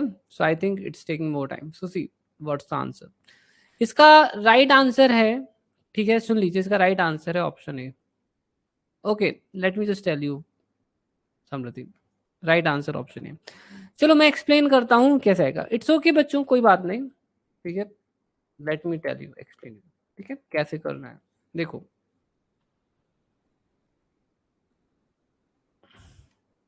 ठीक है, क्या है, ज्यादा टाइम लग रहा था, ठीक है। देखो, एक पार्टिकल ए है, दूसरा पार्टिकल बी है, जो कि आपको साफ तौर पर आप देख सकते हो डायग्राम में बनाया है, और पार्टिकल ए, पार्टिकल बी, इन दोनों का कुछ सेंटर ऑफ मास होगा जो कि यहाँ पर है, ठीक है, जो कि यहाँ पर है, ठीक है। इन्होंने बोला है कि इसकी यू ए की स्पीड इतनी है 200 और इसकी है 50 मीटर पर सेकेंड, ठीक है, इसकी 200 है और इसकी है 50, ठीक है। और ये स्टार्टिंग में 90 मीटर से अपार्ट है, ये इनकी इनिशियल वेलोसिटीज हैं, ठीक है। ये बोल रहे हैं कि सेंटर ऑफ मास कितनी स्पीड गेन करेगा, how much speed the centre of mass is going to get, ठीक है। तो एक काम करते हैं, अपन इस डायग्राम को साइड में बना लेते हैं, पेस्ट कर लेते हैं, है ना। उससे क्या होगा, ये हमें सॉल्व करने में थोड़ा आसानी जाएगी। हाँ देखो, देखिए स्टूडेंट, सबसे पहली बात ये है कि इसका जो मास है जो कि हमें दिया गया है, ठीक है, क्वेश्चन में इनके मासेस दिए गए हैं, एक बार देख लिया जाए। 1 kg 2 kg, है ना। So they are given 1 kg and 2 kg, 1 kg and 2 kg। तो अपन लोग सबसे पहले एक काम करेंगे, ठीक है, इस इन दोनों का जो सेंटर ऑफ मास है वो पता लगाना है कि वो कहाँ पर है ना। स्टार्टिंग में इनिशियली इनका सेंटर ऑफ मास है वो कहाँ पर है, सबसे पहले तो यही पता लगाना पड़ेगा, है ना। तो इनका जो सेंटर ऑफ मास है इन द बिगिनिंग, वो कहाँ पर आएगा बच्चों,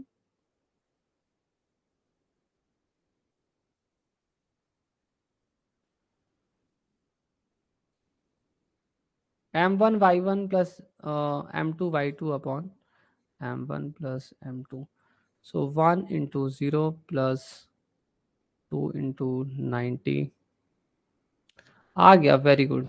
1 प्लस 2 कितना आ रहा है बताइए, 180 अपॉन 3 समथिंग, ठीक है। तो इसका इनिशियली जो सेंटर ऑफ मास है वो बेसिकली हमें सबसे पहले तो यही चेक करना पड़ेगा ना कि इनिशियली इनका सेंटर ऑफ मास कहाँ पर है। तो ये हमारा आ रहा है 60, ठीक है, गॉट इट? ये समझ में आया? यहाँ पर जो सेंटर ऑफ मास है ये जो है कितने ऊपर है, 60 मीटर्स ऊपर है।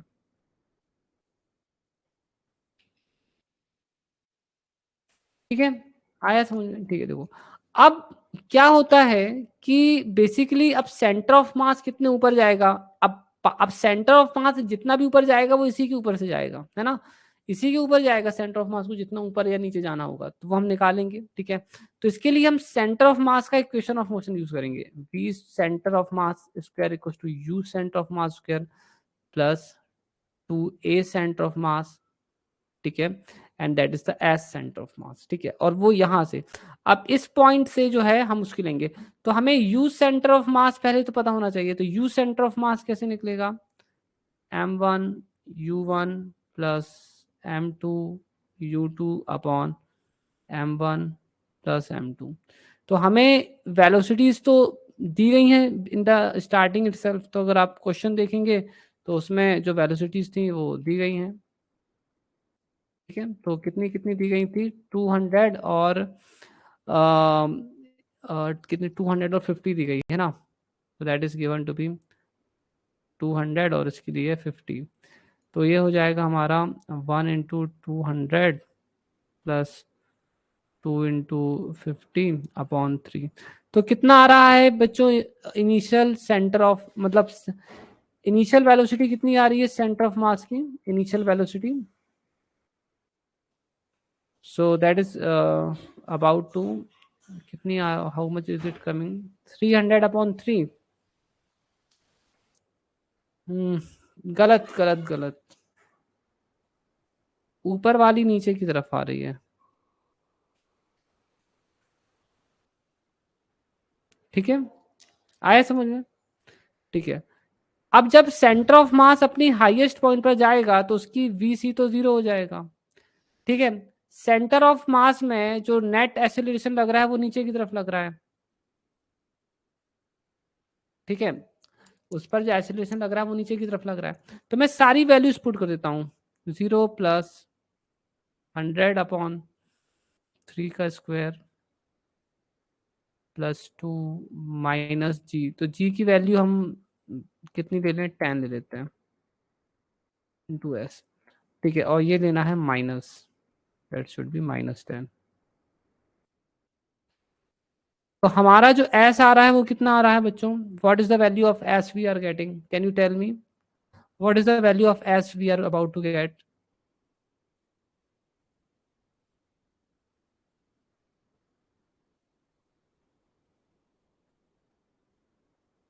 So it is coming out to be how much? Just calculate students. मुझे बताएं कितना आ रहा है एस, एस कितना आ रहा है 55.5। तो ऑब्जेक्ट कितने ऊपर गया यहाँ से, 55 ऊपर और गया है ना, सो ये कितना गया 55 और ऊपर गया। तो अब टोटल कितना हो गया, तो टोटल डिस्टेंस कितना कवर किया, 60 तो पहले से ही था प्लस 55.5, तो ये हमारा हो गया। ठीक है, 11.5। ठीक है, so this is the answer. आ गया समझ में आप लोगों को? क्वेश्चन कहीं से भी डिफिकल्ट नहीं है ना, question is not at all difficult, बस इसकी अंडरस्टैंडिंग आ जाए, बस वो मेन चीज है। अब मैं आपको एक और क्वेश्चन दे रहा हूं, इसे करना।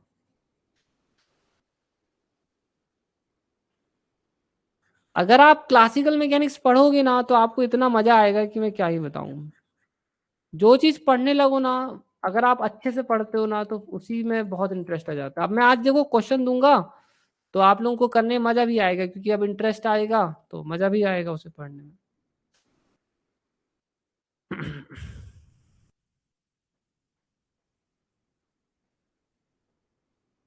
करिए बच्चों से। ठीक है, in an arrangement shown in the figure M A equals to है 2 kg और एम बी इक्वल्स टू है 1 kg, है ना। The string is light and inextensible, मतलब स्ट्रिंग मासलेस है। The acceleration of the centre of mass of both the blocks. ठीक है, the centre of acceleration of the centre of mass निकालना है। So option A, option B, option C and option D. देखते हैं क्या ही answer आप लोग निकालोगे बच्चों। आप लोगों की भी परीक्षा हो जाएगी।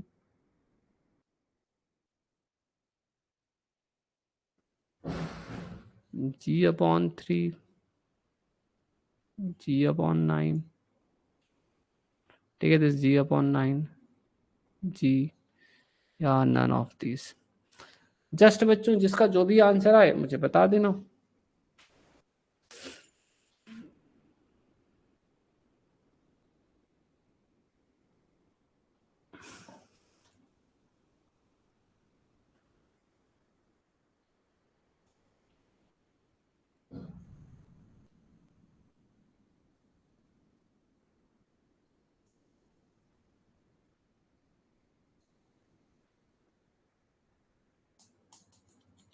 हाँ समृति बहुत बढ़िया, शिव कन्या वेरी गुड, ठीक है। और बच्चे, और जिसको जो जो लग रहा है बताओ जल्दी जल्दी, ठीक है, बहुत बढ़िया सुल्ताना, ठीक है। देखो अब मैं बताता हूँ उसका राइट आंसर क्या है, ठीक है। इसका राइट आंसर है ऑप्शन डी, ठीक है, खोदा पहाड़, ठीक है, और निकला पता नहीं कौन, ठीक है। तो यहाँ पर अब हम जो है, ठीक है, बताते हैं कैसे सॉल्व करना है, ठीक है। तो मैं समझाता हूँ, ठीक है। इसमें क्या है, इसका वजन है 2 kg, इसका वजन है 1 kg, ठीक है। जी इसमें भी नीचे लग रहा है, जी इसमें भी नीचे लग रहा है, ठीक है। अब मैं निकाल कर बताऊंगा आपको कैसे निकलेगा ये।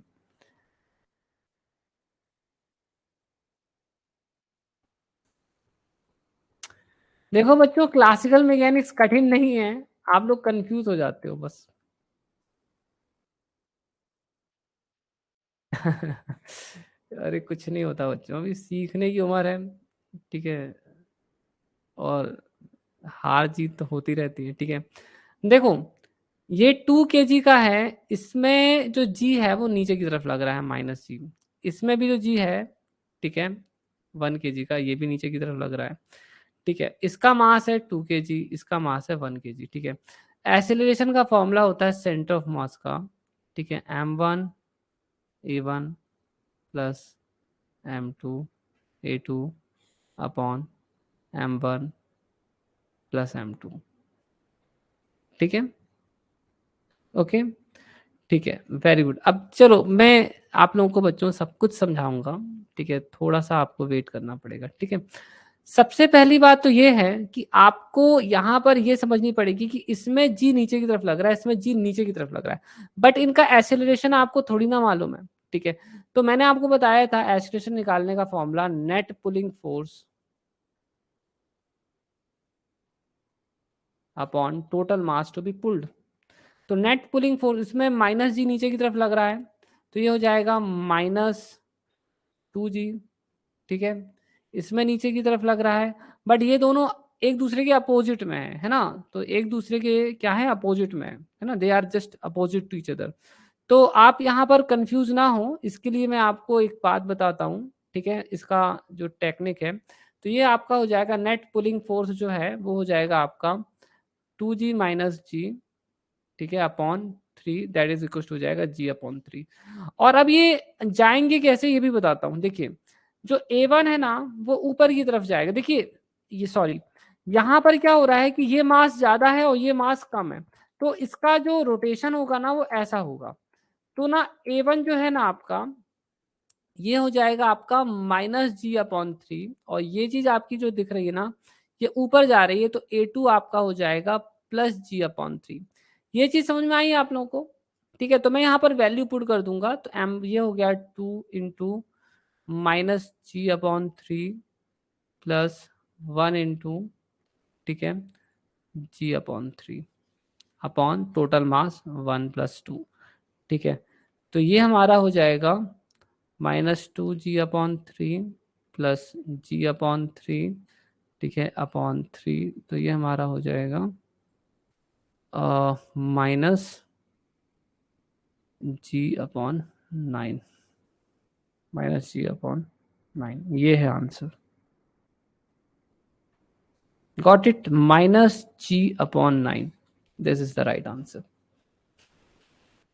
आई hope that's well clear to all of you, ठीक है। तो ऐसे करना था बच्चों क्वेश्चन को, ठीक है। अब एक क्वेश्चन और कराता हूं मैं आपको, चलो ठीक है, आज के लिए इतना ही बहुत रहेगा। कनेक्टेड है ना, दे आर कनेक्टेड, ठीक है, दे आर कनेक्टेड। ठीक है, अब मैं थोड़े से डाउट्स डिस्कस कर लेता हूँ। ठीक है, पहले तो ट्विंकल ने मुझे कुछ भेज रखे हैं। ठीक है, वेरी गुड बच्चों, बाकी कल पढ़ाएंगे। ठीक है, ओके। देखो ट्विंकल, आपका जो एक क्वेश्चन है ना, ये क्वेश्चन बड़ा अजीब लगा मुझे, मैं सही बता रहा हूँ। ठीक है, ऑप्शंस बहुत अजीब अजीब बनाए हैं इन्होंने, शायद इसी कारण से आप भी इस क्वेश्चन से परेशान हो गए हैं, राइट। ये क्वेश्चन तो मुझे भी स्टार्टिंग में बहुत ही अजीब लगा था जब मैंने इसे रीड किया था तो। हाँ हाँ, सिर्फ करना है, वो प्रैक्टिस रहती है पूरी पूरी। ठीक है, सो वेट, कहाँ गया हमारा ये तो।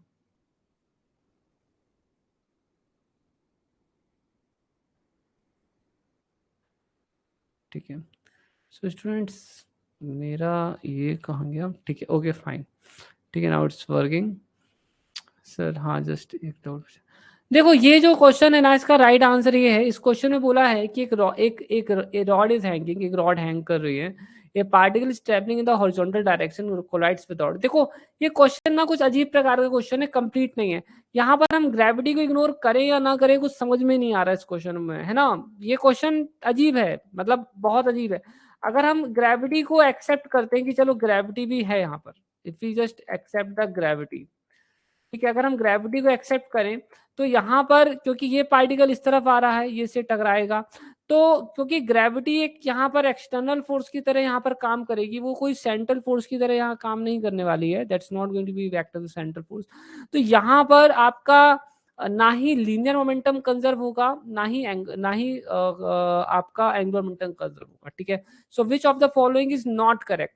तो ये बोल रहा है दोनों करेक्ट होंगे। देखो देखो एंगुलर मोमेंटम, ठीक है, तो मैं लिख देता हूं यहां पर, L will not be conserved, will not be conserved। ठीक है,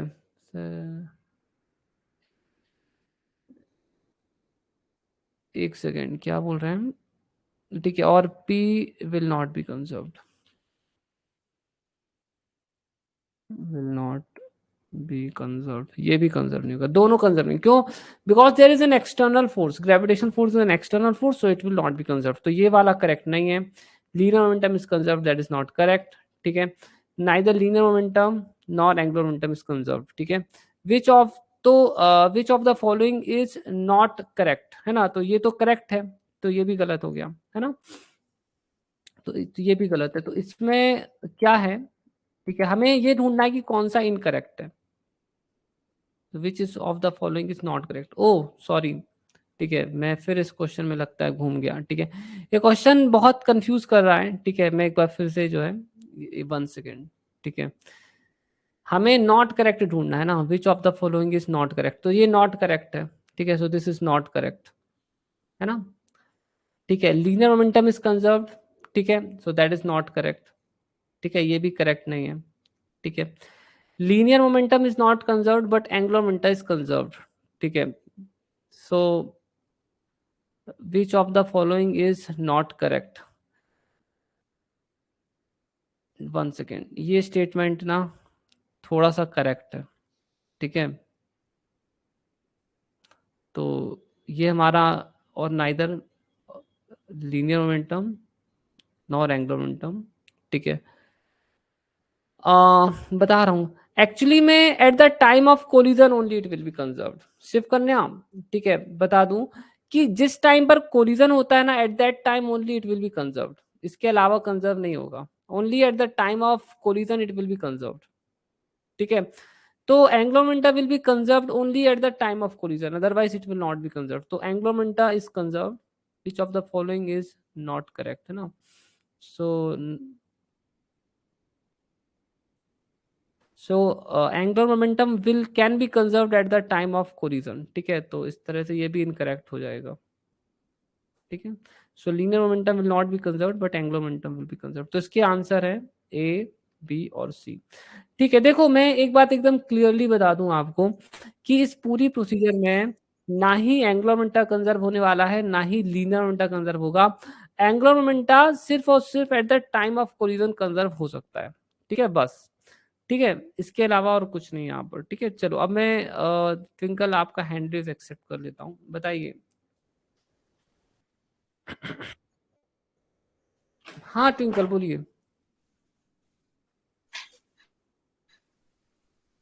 सर आप बोल रहे हैं ना कि कंजर्व होगा sir sir Ang- just after collision and before.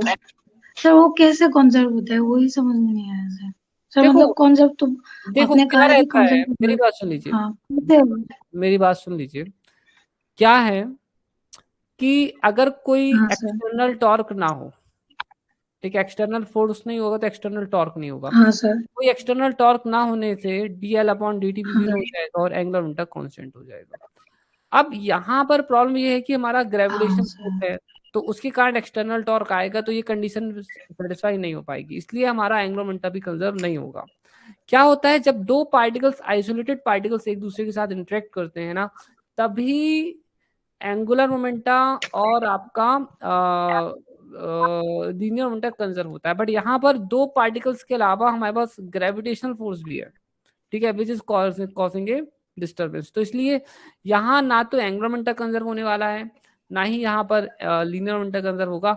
हाँ, अगर सिर्फ at the point of collision बात करें, at the instant of collision ही बात करें, तो सिर्फ उस इंस्टेंट पर एंगुलर मोमेंटम कंजर्व हो सकता है, सिर्फ उस इंस्टेंट पर एंगुलर मोमेंटम का कंजर्वेशन माना जा सकता है। बाकी अगर हम बात करें इन जनरल, तो यहाँ पर अगर कंप्लीट ऑल टाइम की बात करें तो ना तो एंगुलर मोमेंटम कंजर्व हो रहा है और ना ही लीनियर मोमेंटम कंजर्व हो रहा है। ठीक है, ये क्वेश्चन इसलिए मैं बोल रहा था, बड़ा अजीब टाइप का उन्होंने बना दिया है, मतलब इसमें ऊपर से नॉट लगा दिया और इतने सारे वो कर दिए कि अब मैं क्या ही बताऊं। ठीक है, तो इसमें ज्यादा परेशान नहीं हुई, मैंने आपको साफ बता दिया, क्योंकि यहाँ एक एक्सटर्नल फोर्स है, इसलिए यहाँ ये नहीं होगा। मोमेंटम का भी केस यही है। ठीक है, जब एक्सटर्नल फोर्सेस जीरो होते हैं तो dp/dt क्या होता है, जीरो हो जाता है, और p कांस्टेंट हो जाता है ना। हाँ तो सर। इसलिए जरूरी होता है कि एक्सटर्नल फोर्स जीरो हो। मतलब सर मतलब यहाँ पे बोल ही दिया है ना सर पार्टिकल और रॉड सिस्टम के लिए मतलब दोनों को मिक्स करके ही एक सिस्टम हुआ तो और कोई तो फोर्स नहीं है सर इसीलिए सर एंगुलर मोमेंटम कंजर्व है सर। मतलब वहाँ पे कोई क्वेश्चन में बोला है कि रॉड और पार्टिकल सिस्टम के लिए तो रॉड और पार्टिकल के अलावा तो सर कुछ मेंशन नहीं किया है ग्रेविटी या और कुछ तो सर एंगुलर मोमेंटम कांस्टेंट होना चाहिए तो उस यहाँ पर मतलब आप क्या स्टेटमेंट से करोगे, सर जो ग्रेविटी, क्वेश्चन में दिया गया। देखो अगर हम क्वेश्चन की बात करें, if you just talk about the question में ग्रेविटी के बारे में शायद कुछ लिखा ही नहीं है। ठीक है, दे have not talked anything about gravity. अगर एक ग्रेविटी के बारे में नहीं लिखे हैं तब तो P भी कंजर्व होगा और L भी कंजर्व हो जाएगा। In that case P will also be conserved और L भी कंजर्व हो जाएगा। अगर आप यहाँ से ग्रेविटी को हटा हाँ देते हो, सर।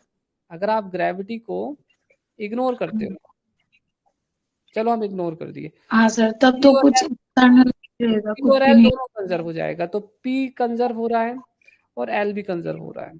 ठीक है, सो दोनों कंजर्व हाँ हो। सर ग्रेविटी अगर होता है सर तब सर लीनियर मोमेंटम कंजर्व होता है सर लेकिन एंगुलर मोमेंटम कंजर्व होता है लेकिन लीनियर मोमेंटम नहीं होता है सर। ये तो ऑप्शन में है सर मतलब जो करेक्ट ऑप्शन है सर ये नहीं, कैसे सही है मतलब ठीक। हाँ सर। देखिए अब मैं आपकी बात नहीं समझ पा रहा हूँ। देखिए मैं आपसे बता रहा हूँ कि यहाँ एक्सटर्नल फोर्सेस हैं, सर मैं इसका है ना, हमारे एक्सटर्नल फोर्सेस यहाँ पर हैं, और जब हमारे पास एक्सटर्नल फोर्सेस होंगे, हाँ सर। देखिए यहाँ पर हमारे पास एक्सटर्नल फोर्सेस हैं, और जब एक्सटर्नल फोर्सेस होंगे तो हमारे पास एक्सटर्नल टॉर्क भी आएगा। तो इन दैट केस हमारे पास हमारा L और P कंजर्व नहीं होगा। ठीक है, neither L will be conserve हाँ not P will be conserve. ठीक है, at the point of collision only हम बोल सकते हैं कि angular momentum can be conserve. ठीक है, just only at the instant of collision, बाकी नहीं कंजर्व होगा। इसलिए इस क्वेश्चन के सारे सर ऑप्शन बड़े अजीब हैं। सर वो कहते हैं हम्म। सर मतलब एकदम पॉइंट ऑफ कोलिजन पे सर वो मतलब जिस समझ नहीं आया इंस्टेंट सर। पर जब पॉइंट ऑफ कोलिजन कोलिजन में एक्सटर्नल जिस फोर्स जिस इमीडिएटली। जिस इंस्टेंट पर कोलिजन हुआ है सिर्फ वही इंस्टेंट, बस इसके अलावा और कोई इंस्टेंट नहीं, सिर्फ वही इंस्टेंट, जिस इंस्टेंट पर कोलिजन हुआ है सिर्फ वही इंस्टेंट। सर ठीक है, एंगुलर मोमेंटम कंजर्व होगा लीनियर मोमेंटम नहीं होगा तब सर। हाँ लीनियर मोमेंटम का, क्योंकि लीनियर मोमेंटम तो कंजर्व उस समय भी नहीं हो पाएगा, सिर्फ at the point of eight the instant of collision only आप ले सकते हो कि एंगुलर मोमेंटम कंजर्व हो रहा है। बाकी ठीक है, यहाँ पर क्योंकि एक्सटर्नल फोर्स है इसलिए ना ही एंगुलर मोमेंटम कंजर्व होगा और ना ही लीनियर मोमेंटम। अगर आप ग्रेविटी को इग्नोर कर देते हो, if you just ignore the gravity, तो यहाँ पर एल और पी दोनों का कंजर्वेशन हो जाएगा। ठीक है, एक्चुअली में एक क्वेश्चन आया था टीफर में, इसमें इसी टाइप का एक क्वेश्चन आया था, मैं आपको बता देता हूँ। एक क्वेश्चन आया था टीफर में, उसमें एक बॉल थी जो ऐसे आ रही थी और यहाँ पर एक स्टिक रखी हुई थी। ठीक है, उसमें ये बॉल इससे टकरा जाती है तो स्टिक क्या होती है, घूमने लगती है ऐसे। ठीक है, और ये ऐसे जाने लगती है और जो बॉल होती है हाँ सर। वो भी किसी और डायरेक्शन में जाने लगती है टकरा के। तो यहाँ पर हम क्या करते हैं इस कंडीशन में, क्योंकि यहाँ तो उन्होंने बोल दिया था कि कोई एक्सटर्नल फोर्स नहीं है, तो हम यहाँ initial momentum equal to final momentum भी यूज करते हैं, initial angular momentum equal to final angular momentum भी यूज करते हैं। ये दोनों चीजें हम लोग यहाँ यूज कर लेते हैं।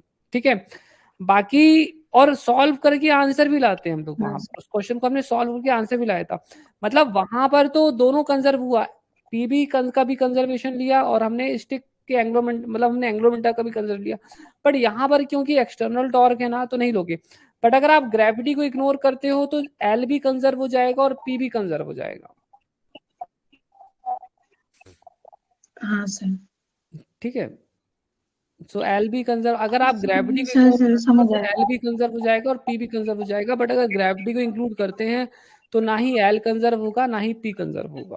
ठीक है, हाँ अब सर। ठीक है, हो सर सकता और है। एक डाउट है वो देखिए। ठीक है, फिर ये क्वेश्चन बहुत बेकार टाइप का है, आप तो इसके चक्कर में मत पड़ो इस क्वेश्चन के। ठीक है, बाकी मैंने जो चीज बता दी है आप उसका ध्यान रखना। हाँ सर ठीक। तो सर की मतलब एक्सटर्नल वो टॉर्क से नहीं होगा तो पता है, मतलब तब एंगुलर मोमेंटम। हाँ सर वही। हाँ देखो सर। क्वेश्चन वो सीधा सीधा है बट उसके ऑप्शंस को ना बहुत टेढ़ा मेढ़ा कर दिया गया है। ठीक है, वो क्या करते हैं एग्जामिनर कभी कभी ना क्वेश्चन को कठिन बनाने के लिए कुछ ऐसा बनाकर लिख देते हैं, बना देते हैं कि क्वेश्चन ही गलत हो जाता है कई बार तो। ठीक है, हाँ अब आप यहाँ पर क्या बोल रहे हैं बताइए, इस क्वेश्चन में क्या इश्यूज है? ये सर मैं क्वेश्चन रीड करके है ना। रीड करूँ क्या सर? हाँ सिर्फ कन्या, मेरा कहने का मतलब यही है। ठीक है, इस क्वेश्चन में ये किस एग्जाम क्वेश्चन? सर जैम का है। जैम का किस ईयर का है? सर 23। किसका, किस ईयर सर का है? 23 इस बार सर। 23 का? 23 सर 23। अच्छा 2023 का। Okay fine, let me read. So water from the tank is flowing down through a hole. If this water falls on a flat surface kept at a distance. ये question तो मैंने कराया हुआ है YouTube में। ठीक है, this question I have already done. ठीक। इसका सॉल्यूशन दे दूं आपको, चल जाएगा? अभी कराना तो अभी भी करा देंगे, ऐसा कोई प्रॉब्लम नहीं है। ये क्वेश्चन मेरा ऑलरेडी मैंने सर करा। सर मुझे अप्रोच बता दीजिए थोड़ा, मैं सोल्यूशन नहीं लिखूंगी सर। ठीक है, मैं इसका ना एग्जैक्ट क्वेश्चन लोड करता हूँ। ठीक है, तो और अच्छे से आपको दिख जाएगा। Wait for the JAM 2023, wait 1 second, मैं तो पूरा जो प्रिंटेड क्वेश्चन है मेरे पास है इसका।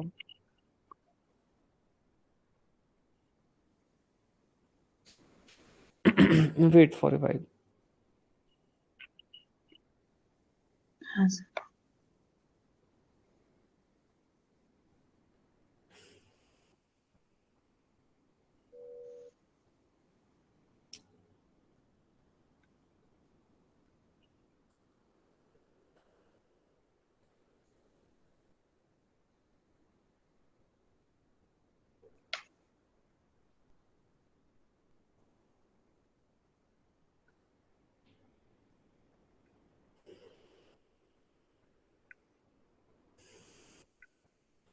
देखो एग्जाम का क्वेश्चन पेपर है, अब देखना ये है कि आपका जो क्वेश्चन है ना वो किस पॉइंट पर पड़ा हुआ है।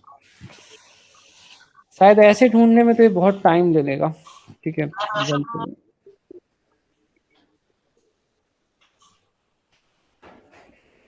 सर आप मुझे अप्रोच बता दीजिए। बता सर रहा मैंने बर्नौली से तैयार किया तो वो नहीं हुआ सर। हूँ, जस्ट 1 सेकेंड, ओके, हाँ sir. Wait for a five.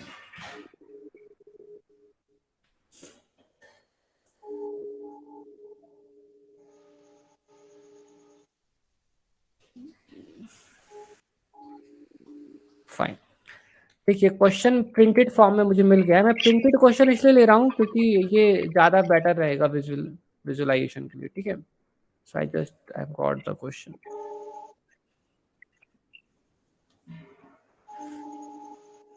ठीक है, fine. So this is the question, right. देखो इस क्वेश्चन में क्या था, इस क्वेश्चन में ये बोला गया है, A water from the tank is flowing down through a hole at its bottoms with a velocity this much। तो आप यहाँ से ये एज्यूम कर लीजिए कि ये आपका जो है टैंक है, ठीक है। ये सभी लेटेस्ट ईयर के क्वेश्चन जो है ना ट्विंकल, इसका मैंने एक कोर्स बनाया है, ज़्यादा नहीं, 20 रुपीज़ का एक कोर्स है। उसके अंदर मैंने रिसेंट ईयर में सारे टीफर के, गेट के, जेस्ट के, जैम के सारे क्वेश्चन सॉल्व करके डाल दिए हैं, ठीक है। सो हाँ water sir. From the tank, आपको पता है उस कोर्स के बारे में, देख लेना, उसी में है कोर्स, मतलब ऐप हाँ के सर। अंदर मिल जाएगा, ठीक है। तो यहाँ से बोला है कि इसके नीचे एक होल है and the water is coming out with the velocity 5, ठीक है। So let's call it as u equals to 5 metre per second. If the water falls on the flat surface, ठीक है, below the hole at a distance 0.1 metres and spreads horizontally, ठीक है, the pressure exerted on the flat surface is closest to. अब देखो इन्होंने बोला है कि जो वाटर है ना वो गिर रहा है एक फ्लैट सरफेस पर एट ए डिस्टेंस, ठीक है, 0.1 मीटर पर, और यहाँ पर ना फैल जाता है। So the pressure exerted on the flat surface is closest to. तो यहाँ पर जब ये पानी यहाँ पर गिर रहा है तो वो कितना, ठीक है, प्रेशर एक्सर्ट कर रहा है, that is what we have to find. तो आप कैसे निकालोगे प्रेशर, तो प्रेशर इक्वल्स टू होता है, तो if you really have to find out the pressure now, तो प्रेशर अगर आपको निकालना है, so force, so pressure equals to होता है हमारा फोर्स अपॉन एरिया, राइट। तो इसके लिए यस सर। हमें फोर्स अपॉन एरिया निकालना पड़ेगा, ठीक है। तो निकालते हैं। अब यहाँ पर क्या होगा कि अगर मुझे फोर्स निकालना हो कि सर फोर्स, वो हॉरिजॉन्टल, हम्म सर वो जो हॉरिजॉन्टल सरफेस बोला है सर, सर हम्म, वहाँ पे वो कौन सा सरफेस है सर? मतलब एरिया निकालने के लिए तो पता होना चाहिए सर स्टेप क्या होगा। बताता हूँ कैसे करोगे, वो सब आ जाएगा, वो सब आ जाएगा, कैसे निकालना है वो भी मैं बता देता हूँ, ठीक है। So what I am going to do, देखो बेसिकली यहाँ पर क्या है, पानी, ओके, वेलकम वेलकम। देखो यहाँ पर पानी ना फैलता ही जा रहा है ना, तो यहाँ पर मास इंक्रीज हो रहा है। तो बेसिकली क्योंकि मास इंक्रीज हो रहा है, तो मैंने आपको बताया था ऐसे केस में क्या होता है ना, थ्रस्ट फोर्स लगता है नीचे की तरफ, ठीक है, याद है आपको। सो थ्रस्ट फोर्स विल एक्ट, ठीक है। तो यहाँ पर हमें क्या करना पड़ेगा, थ्रस्ट फोर्स निकालना पड़ेगा,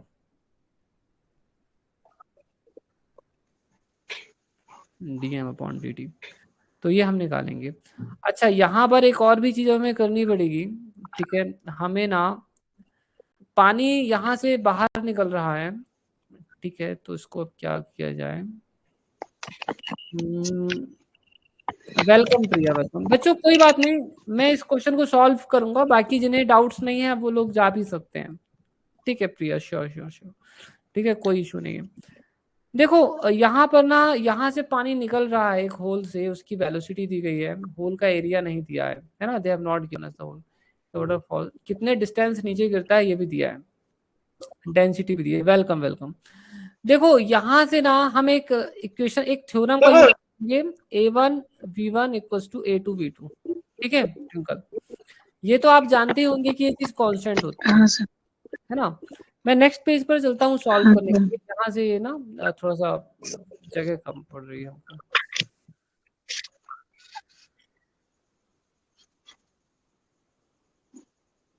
मान लीजिए एरिया ए है, वेलोसिटी v है, सो AV इक्वल्स टू कांस्टेंट, ठीक है। वेलोसिटी इक्वल्स टू होता है dx अपॉन dt, या इसे सिंपली आप चाहो तो लिख सकते हो x upon t equals to constant, ठीक है। और डेंसिटी तो अगर आप यहाँ देखेंगे तो एरिया इंटू एक्स कितना क्या हो जाएगा, वॉल्यूम हो जाएगा, volume. So that is volume flow rate is equal to constant. अब डेंसिटी तो कांस्टेंट है, मैं चाहूँ अगर मैं डेंसिटी वही मल्टीप्लाई कर दूं दोनों तरफ तो ये अभी भी कांस्टेंट ही रहेगा, है ना।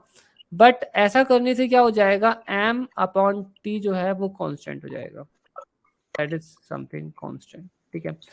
तो यहाँ पर जो हमको मिल रहा है ना, ठीक है, let me just right, so mass flow rate is constant, ठीक है। तो मास फ्लो रेट कितना आ रहा है हमारा, ठीक है। तो इसकी जो वैल्यू है मास फ्लो रेट की, ठीक है, so that is rho AV, ठीक है। ये समझ में आया आपको मैंने ये कैसे लिखा है,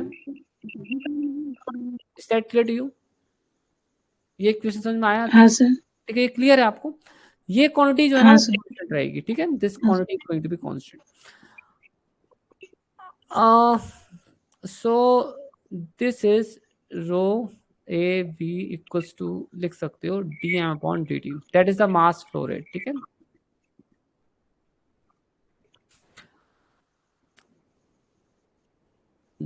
dm upon dt equals to rho AV। जो मास फ्लो रेट है ना इसको निकालेंगे कैसे, देखो 1000 तो आई थिंक जो डेंसिटी दी गई है, ठीक है। एरिया हमें नहीं दिया गया है, वेलोसिटी हम निकाल सकते हैं। अगर कोई ऑब्जेक्ट यहाँ से यहाँ नीचे गिरेगा, ठीक है, तो उसकी यहाँ पर वेलोसिटी क्या हो जाएगी, मान लीजिए इनिशियल वेलोसिटी u है, तो ये कितनी हो जाएगी, √2gh हो जाएगी, ठीक है। नहीं सॉरी उल्टा हो गया, सो ये हो जाएगा u² प्लस 2gh हो जाएगा, राइट, इतना ही हो जाएगा। तो ये हमारा हो जाएगा, ठीक है, this is going to become, initial velocity आपको कितनी दी गई थी, 5 इसका स्क्वायर, ठीक है, बता देता हूँ, इसे देखो 5 का स्क्वायर, ठीक है, प्लस 2, ठीक है, इसको ले लो -9.8, ठीक है। मैं थोड़ा अच्छे से सॉल्व कर देता हूँ, 1 सेकेंड।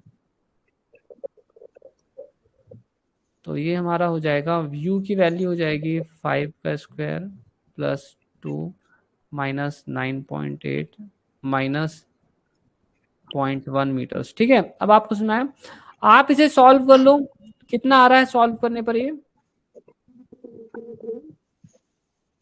v कितना आ रहा है सॉल्व करने पर, सॉल्व करिए समथिंग और बताइए कितना आ रहा है।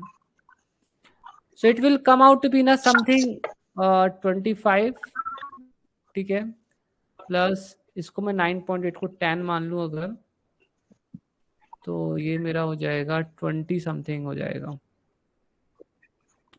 5 का स्क्वायर, ठीक है, और 0.1 भी यहाँ पर है, so it is going to become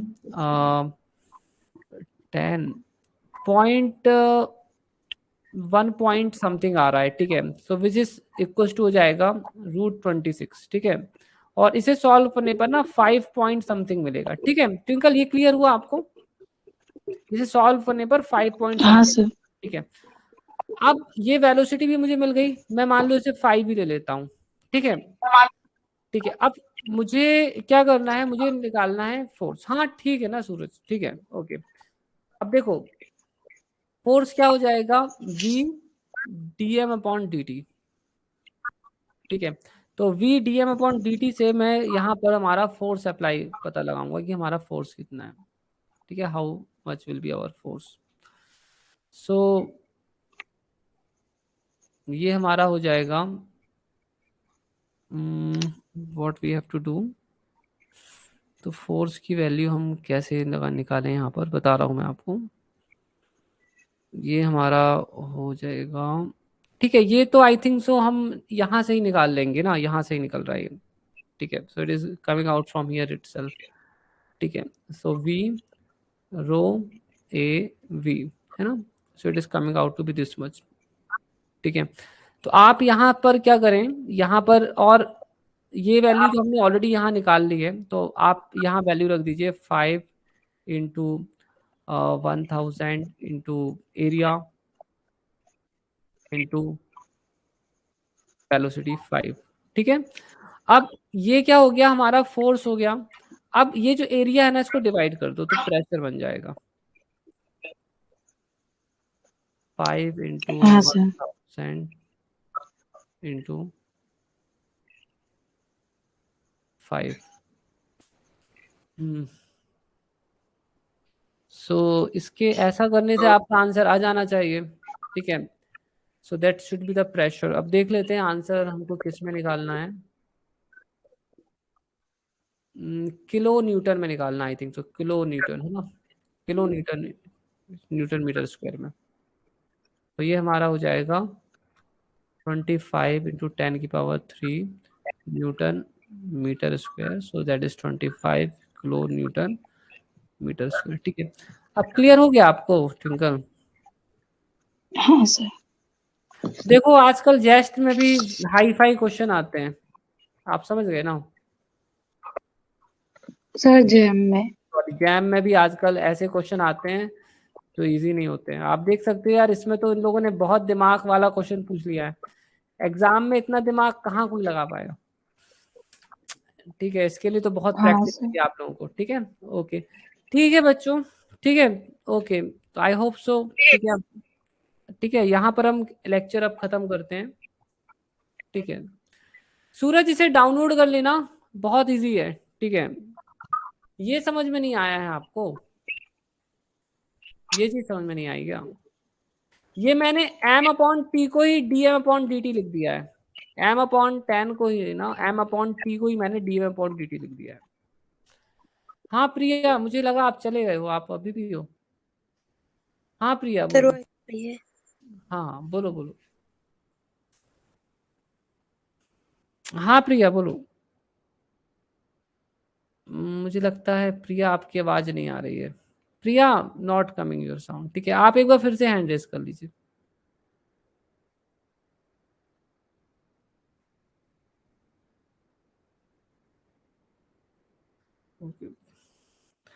m/t को ही मैंने dm/dt लिख दिया है डायमेंशनली, उससे कोई प्रॉब्लम नहीं है, लिख सकते हैं। इसी को मैंने लिख दिया है dm/dt। ठीक है, ठीक है, ओके। प्रिया आपका हैंड रेस नहीं आ रहा है, ठीक है, एक बार फिर से करिए। हाँ प्रिया आप बोलिए। हेलो सर, अब वॉइस आ रही है? हाँ आ रही है, बोलिए प्रिया। सर ये बोल रही कि आप सेंटर ऑफ मास एक बार, जी वो आ नहीं रहा।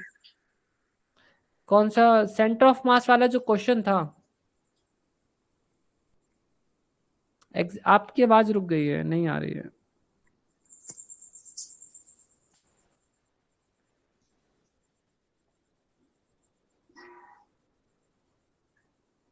हेलो सूरज, बात नहीं करना है आपस में, ठीक है। हाँ बोलिए बोलिए। सर ये बोल रही सेंटर ऑफ मास एक बार आप निकाल करके बता दीजिए। किसका सेंटर ऑफ मास? किस चीज का सेंटर ऑफ मास निकालना है?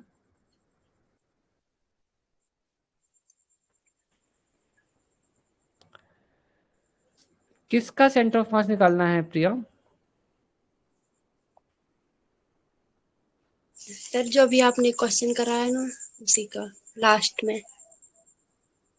इसका? इस डाउट के पहले, इस डाउट के पहले। ये वाला? ये वाला?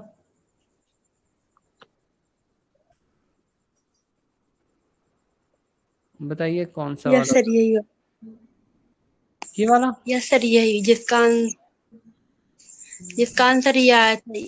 यस सर यही। ठीक है, इसमें आपसे ये बोला गया था कि ऑब्जेक्ट का सेंटर ऑफ मास कितने ऊपर जाएगा। ठीक है, एक ऑब्जेक्ट का सेंटर ऑफ मास कितना ऊपर जाएगा। देखो ये ऑब्जेक्ट बी है, ये ऑब्जेक्ट ए है। ठीक है, ये ऑब्जेक्ट बी है, ओके ट्विंकल। ठीक है, ये ऑब्जेक्ट ए है, ये ऑब्जेक्ट बी है। इन दोनों का सेंटर ऑफ मास ऑलरेडी पहले से 60 मीटर ऊपर से है ना, ये तो समझ में आ गया था आपको। सर मुझे यही नहीं आया समझ में कि 60 कैसे क्या है। देखो ये y इक्वल टू 0 पर है, ये y इक्वल टू 90 पर है, ठीक है, ये समझ में आया? ये तो क्वेश्चन में ही दिया है, ये यहाँ 0 पर है, यहाँ 90 यस सर। डिग्री पर है। तो y सेंटर ऑफ मास कितना होगा? तो आप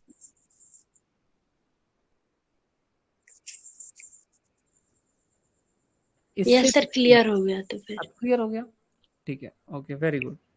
अब इसके ऊपर वो जाएगा फर्दर, ठीक है, उसके लिए हमें u सेंटर ऑफ मास चाहिए होगा, ठीक है, a सेंटर ऑफ मास चाहिए होगा, टाइम चाहिए होगा, ठीक है, सॉरी डिस्टेंस हमें मिल जाएगा इससे, ठीक है, okay, so that's v centre of मास तो 0 होता है हाईएस्ट पॉइंट पर, ठीक है।